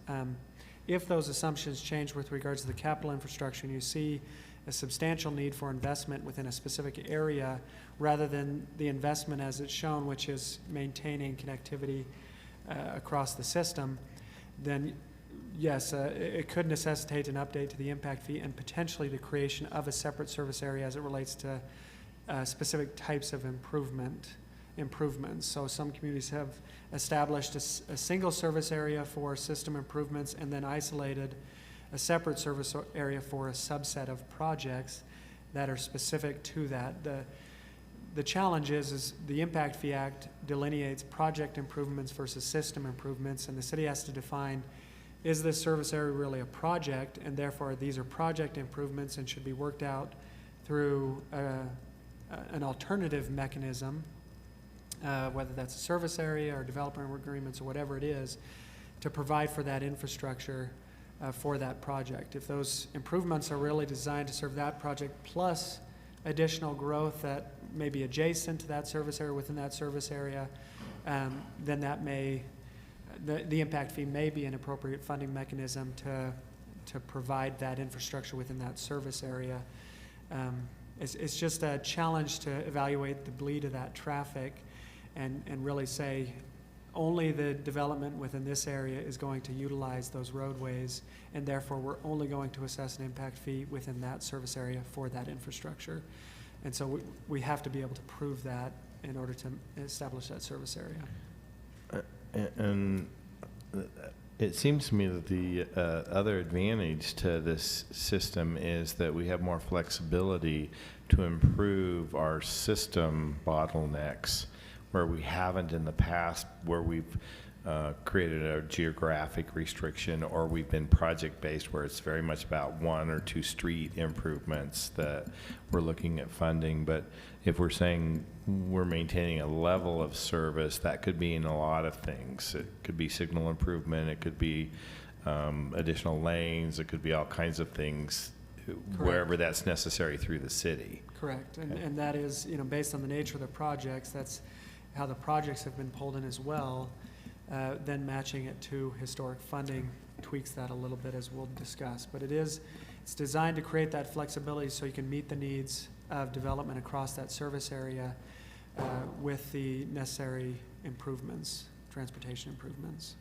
Okay, Cindy. Just one quick thing, and that is that, as was mentioned, there are some base assumptions or base policy kind of forks in the road as part of this, and those things are within the purview of the council if you wanted to have more discussion or anything like that at a future date. Is that?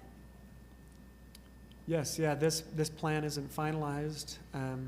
There definitely are assumptions that go into this, which we're reviewing, but it is a lot to digest, and definitely available to review that further. And we really need that input to finalize the document as we prepare for adoption and public hearing and the actual ordinance. So all of that will be very valuable. So something that would be helpful, and I don't know how engaged you've been in this process in the Northwest Quadrant, but there are very specific street construction projects that will be servicing just the new development in that area.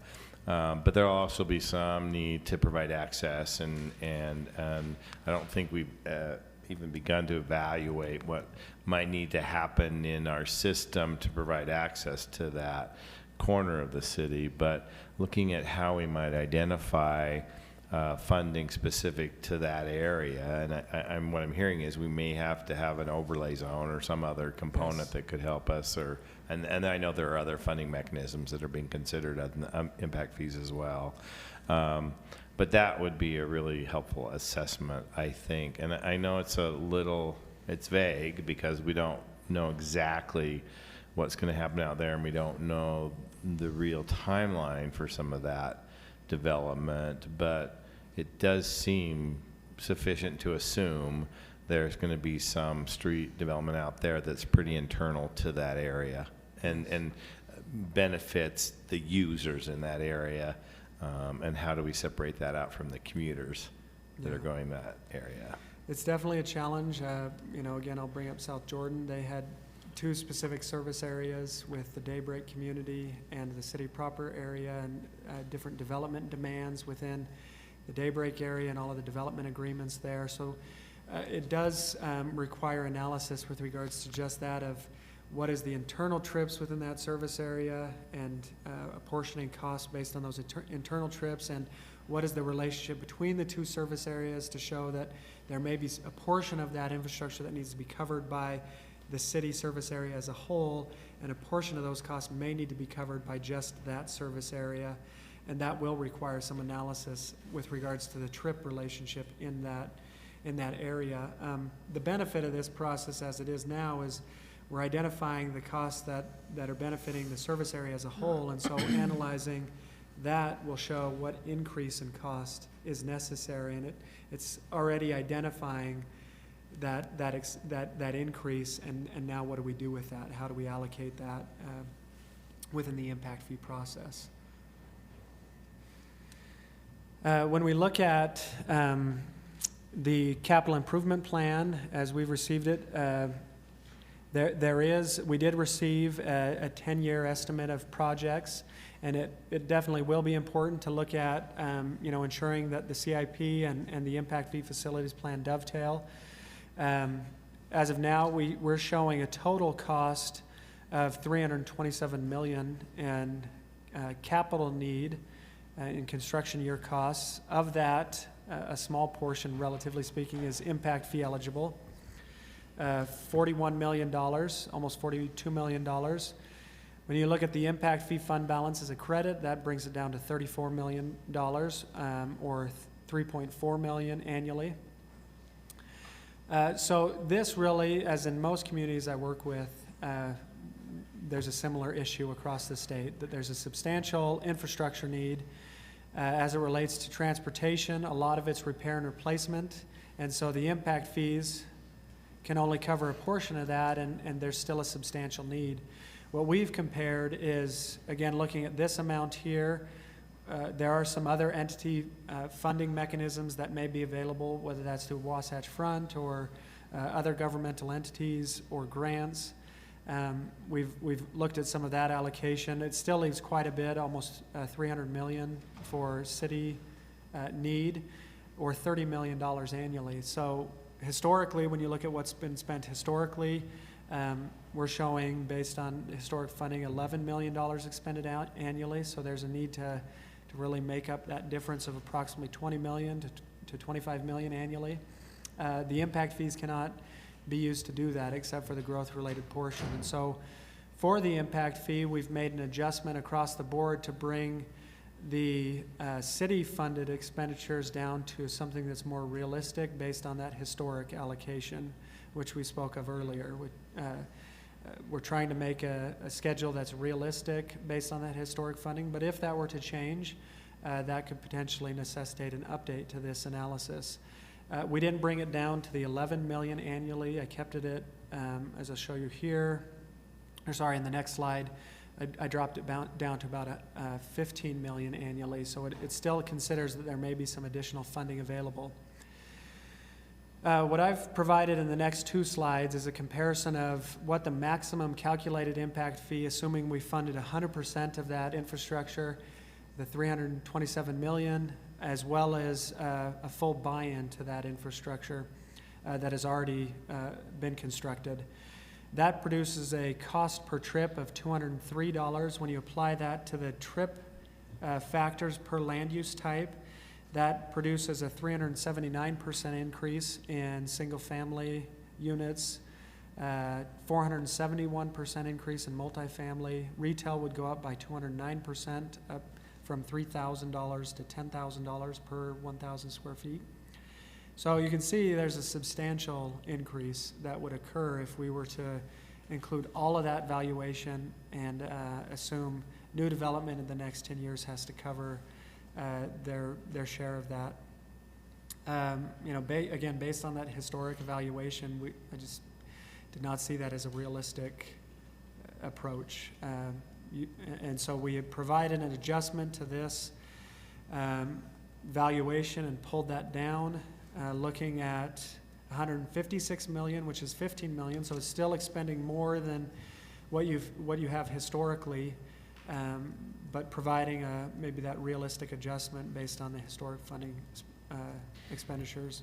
We've also excluded the buy-in component, so that has been removed as well. There could be, you know, again, going to the policy initiatives to bring that valuation back in. The challenge with the buy-in variable is having the analysis to back that up. So what I've done in this, for the purpose of this study, where this 8% is coming from, it's looking at the proportional trips, the 302 trips, 302,000 trips, relative to the trip counts at build-out. And that growth in the next 10 years represents 8% of that evaluation. Ideally, when we look at buy-in, we like to look at an engineering analysis of existing roadways and looking at those roadways that have excess capacity based on that level of service grade, and pulling in only the valuation based on a weighted calculation of that capacity analysis. So absent to that, there is some risk by including that buy-in variable without the analysis to back it up. Some communities still have done this, you know, looked at, you know, applying a proportion of existing facilities based on that trip count. Also, the exclusion is based on your history. You have to date not included a buy-in in your impact fee calculation, so this is, you know, would represent continuing that policy with regards to buy-in for your transportation impact fee. This is another area where the council could choose to sort of alter that. Yes, yeah, so the inclusion of that buy-in could change this variable. If we adopt the proposed impact fee, so in essence what that is doing is requiring new development to pay their proportional impact of new infrastructure. So you're funding that new infrastructure that's necessary for the system. And that's what the impact fee is calculated to do. Based on that approach, the impact fees are going down across the board, with the bigger increases occurring in bigger decreases occurring in office and industrial development, and that's based on the trip counts and trip weighting factors for those land use types. When we combine all of that for each of the impact fees, if we were to assess, again, the maximum calculated impact fee, assuming we put in all of the buy-in as well as all of the capital infrastructure, you can see most of the impact fees would be going up, with the bigger increases percentage-wise occurring for commercial development, going from $3,630 up to $10,480, primarily driven by, again, that increase in the transportation impact fee. When you look at the impact fee under the revised scenario based on the elimination of the buy-in component as well as pegging the future expenditures to historic with some consideration of additional funding mechanisms, single family would go up by 62%. That's primarily driven by the increase in the park impact fee. Multifamily would stay roughly the same, an increase of 5%, and then commercial, office, and industrial would decrease by 45%, 81%, and 87% respectively.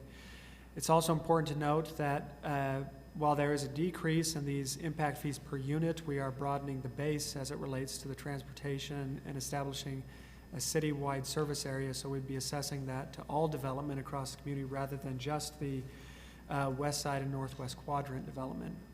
And so we would see, you know, this decrease in the per unit fee, but potentially additional revenues generated from broadening the base of the impact fee collection area. And I think this is a key component to understand of this is the net effect of deciding on a citywide service area versus more specified, smaller service areas, is that the fee is lower because more people pay it. But then that means that more people pay for the projects that are needed, and especially in the road category, most of the projects appear to be needed on the west side. So it's just Well, that. in the previous study, that's the case, but in this study, there are quite a few, the pedestrian safety devices, signalization. So when you look at the actual growth-related cost, it's when you look at the two variables, it's fairly evenly split.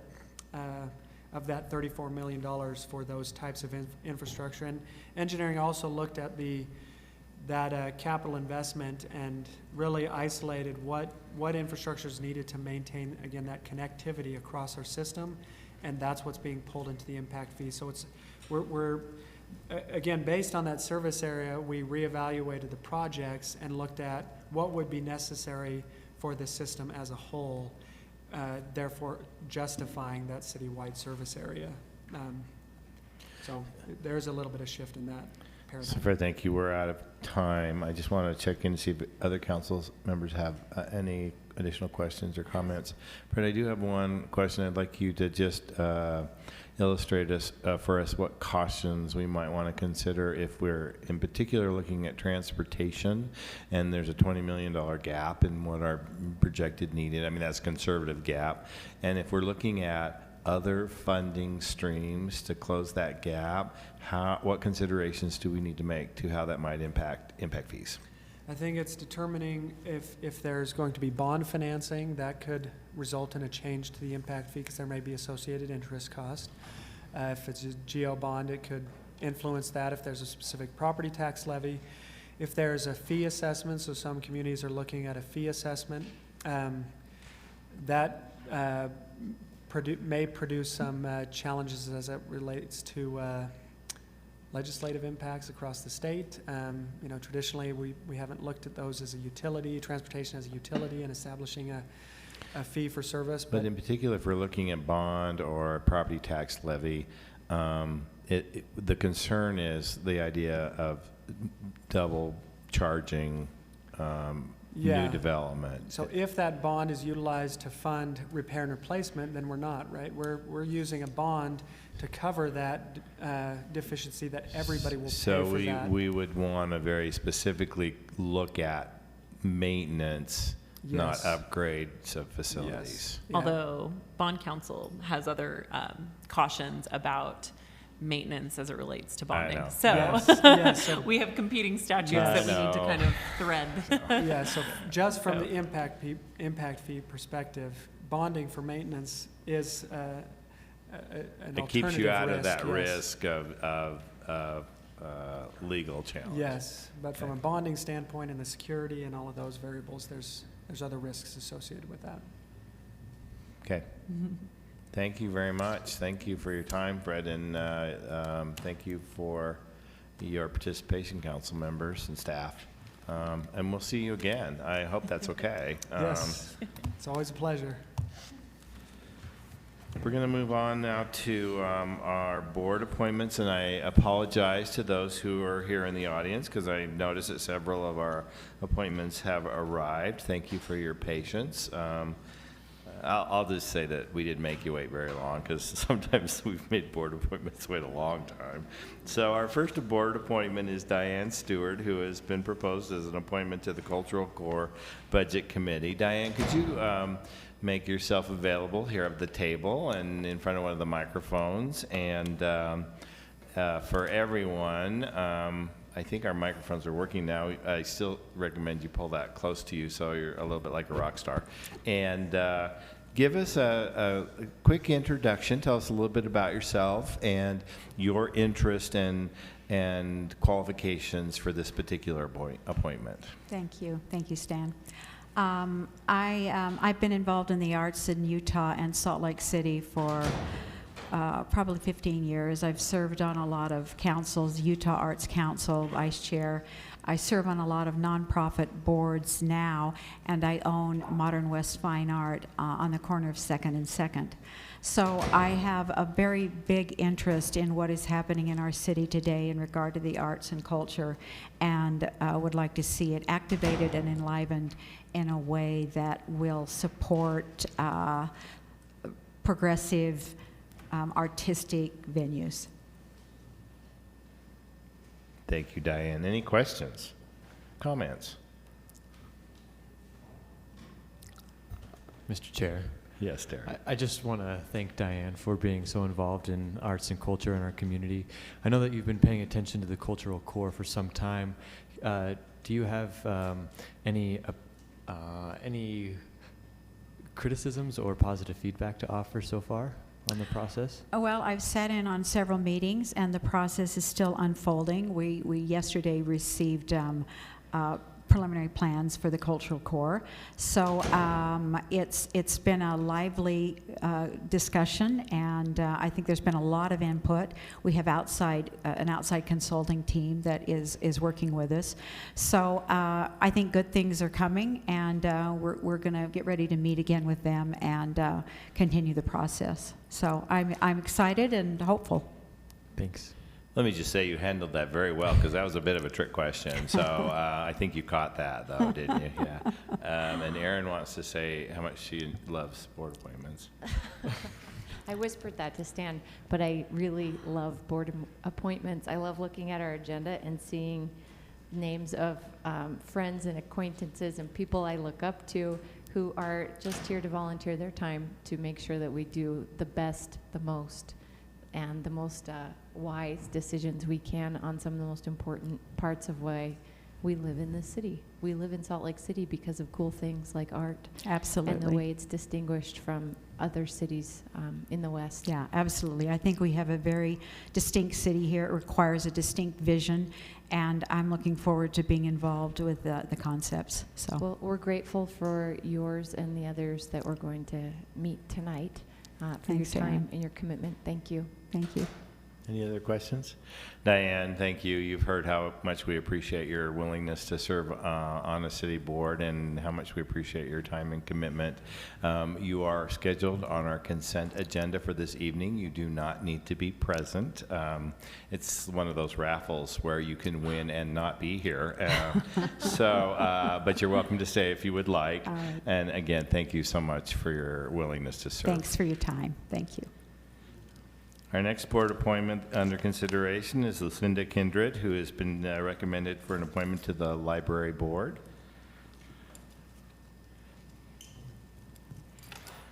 And Cindy, thank you so much for being here. Thank you. It's wonderful to be here following Diane. It's just terrific, and she will make a fabulous addition to the cultural core. Maybe we should have board members make recommendations for other board appointments as part of the introduction. I think that would be very interesting since you just did that. Could you do the same thing? Give us a little background about yourself. Tell us a little bit about you and why you're interested and qualified for the library board. Well, I've lived here for now almost 35 years, and I've been involved in a lot of organizations, many of which have to do with the humanities and the libraries. I certainly put within that. I've been on at one time the museums board, and I've been on the Humanities Council board, and so and I love books. And I think libraries are a place where you can really even out a community. It's a place where everybody can come, everybody can learn. It's just a hugely important asset to a community, and we are so lucky here to have the library system we have. So we have a new head librarian, and it might be a wonderful time to be on the board as a new board member. Thank you. Any questions or comments? Mr. Chair? Yes, Lisa. I just really love that you have a library book in your hand. Yes, I can't. I just donated 50 boxes of library books because I don't have room in my house anymore, so I have to definitely now just take them and put them back. Well done. Thank you so much for your willingness to do this. Thanks, we appreciate it. Thanks very much. And I just want to acknowledge how much personally I appreciate your commitment to this community. You were very involved in the early days of the Utah AIDS Foundation, and so that is something that doesn't go unnoticed, and especially in a time when that was a little bit of a risky place to be. So I really appreciate your willingness to make those types of commitments to our community and where we see needs. So thank you very much. Yes, Erin. I want to echo those thanks, and thanks to our administration for connecting you with this position. I know that Cindy has had a part in important and significant processes from the university to the 4th Street Clinic and a lot of places in between. So really, you are such a quality appointment to a board in a financial and an arts capacity, and your vision of culture in this city. And I'm really grateful that you're doing this. And there's not many people who love boards, particularly unpaid boards. So thanks for adding the service to our city to your awesome background. Thank you. Thank you so much. It's an honor. And this is part of the public record, so now is part of your official record that you love boards. So your future has been determined. Well, Thank this you, board's a special honor. Thank you very much. Thank you, Cindy. And same thing, you're on our consent agenda for this evening. You do not need to be present, and we look forward to having you on our library board. Thank you very much. Thank you. Thank you. Our next appointment is a board appointment for the City and County Building Conservancy and Use Committee, and it's Jennifer Hale. Jennifer, could you please, I'm going to invite you up to sit and take a little time to tell us about yourself and your interest in this particular committee. All right. I am a native Utahn and lived here all my life. I am a licensed landscape architect. Have been in the profession for 9 years and do landscape architecture and planning work for Landmark Design. Landmark Design kind of has a long history on this board. They helped with the master plan, and Jan Streifel and Mark Vlasic have both been on the committee and kind of feel like it's part of our history. And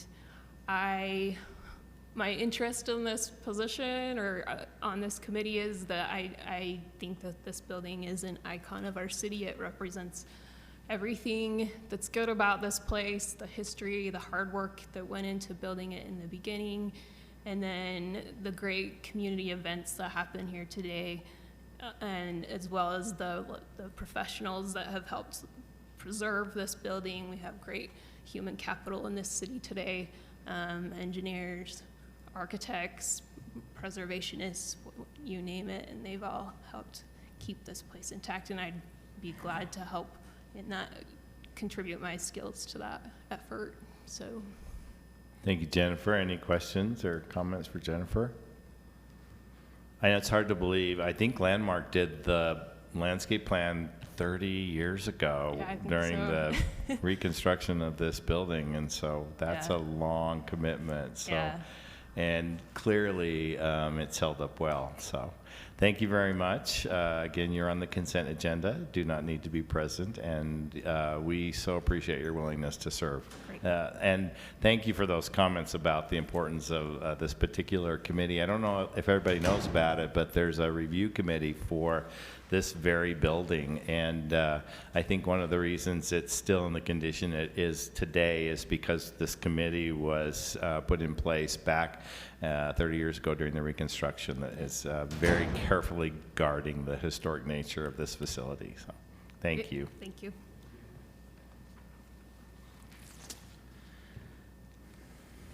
Our next appointment is, well, actually, I'm going to combine these two. There are two appointments to our Historic Landmarks Commission.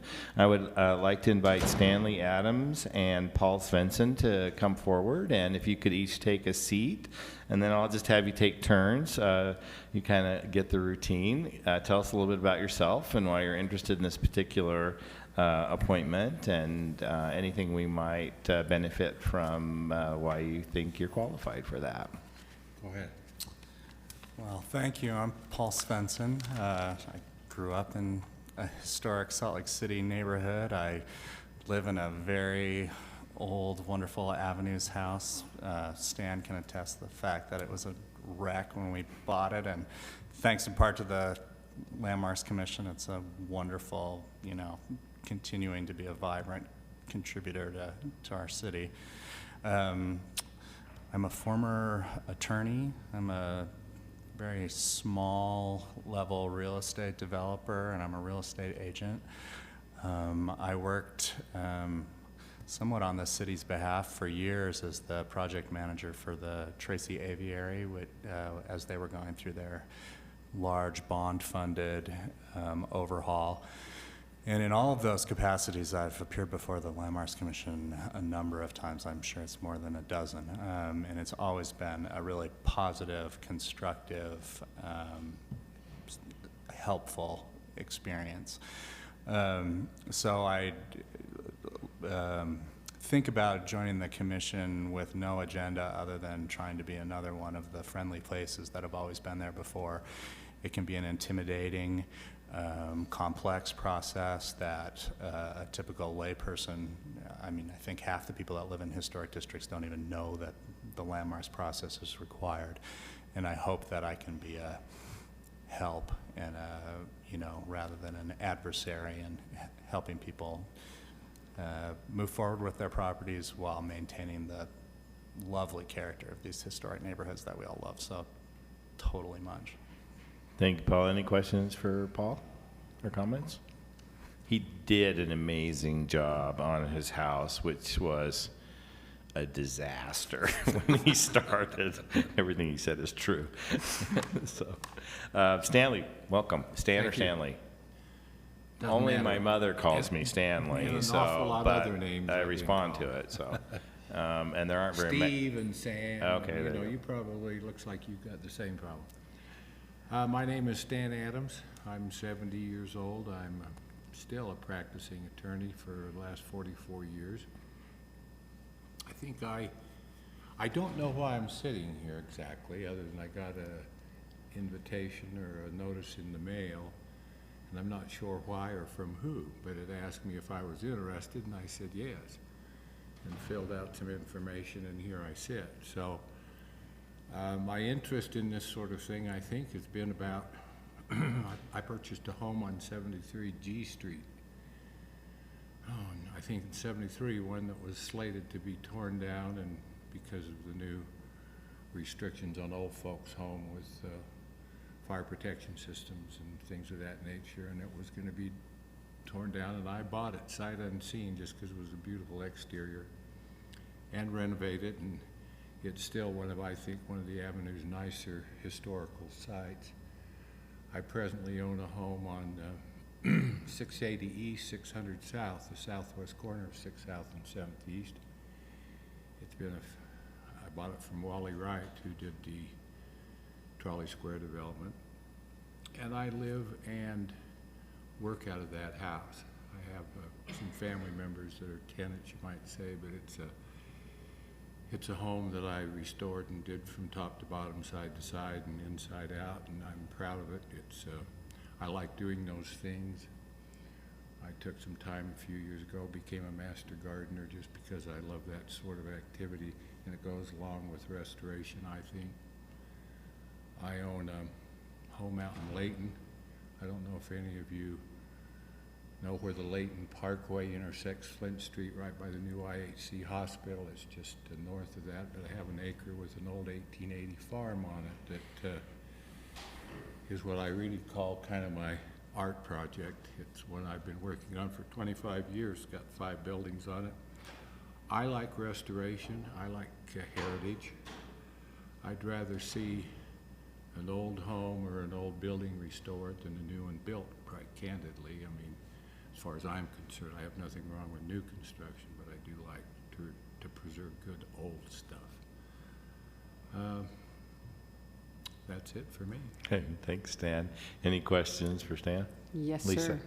sir. First, I have to say, of course, he likes your first name. I personally like your last name. And you answered one of my questions. You are evidently the Northern Utah Adams rather than the Davis County. turkey ranching Adams from Utah County. Stuart Adams, So- the senator, is a Yeah. first cousin. Right.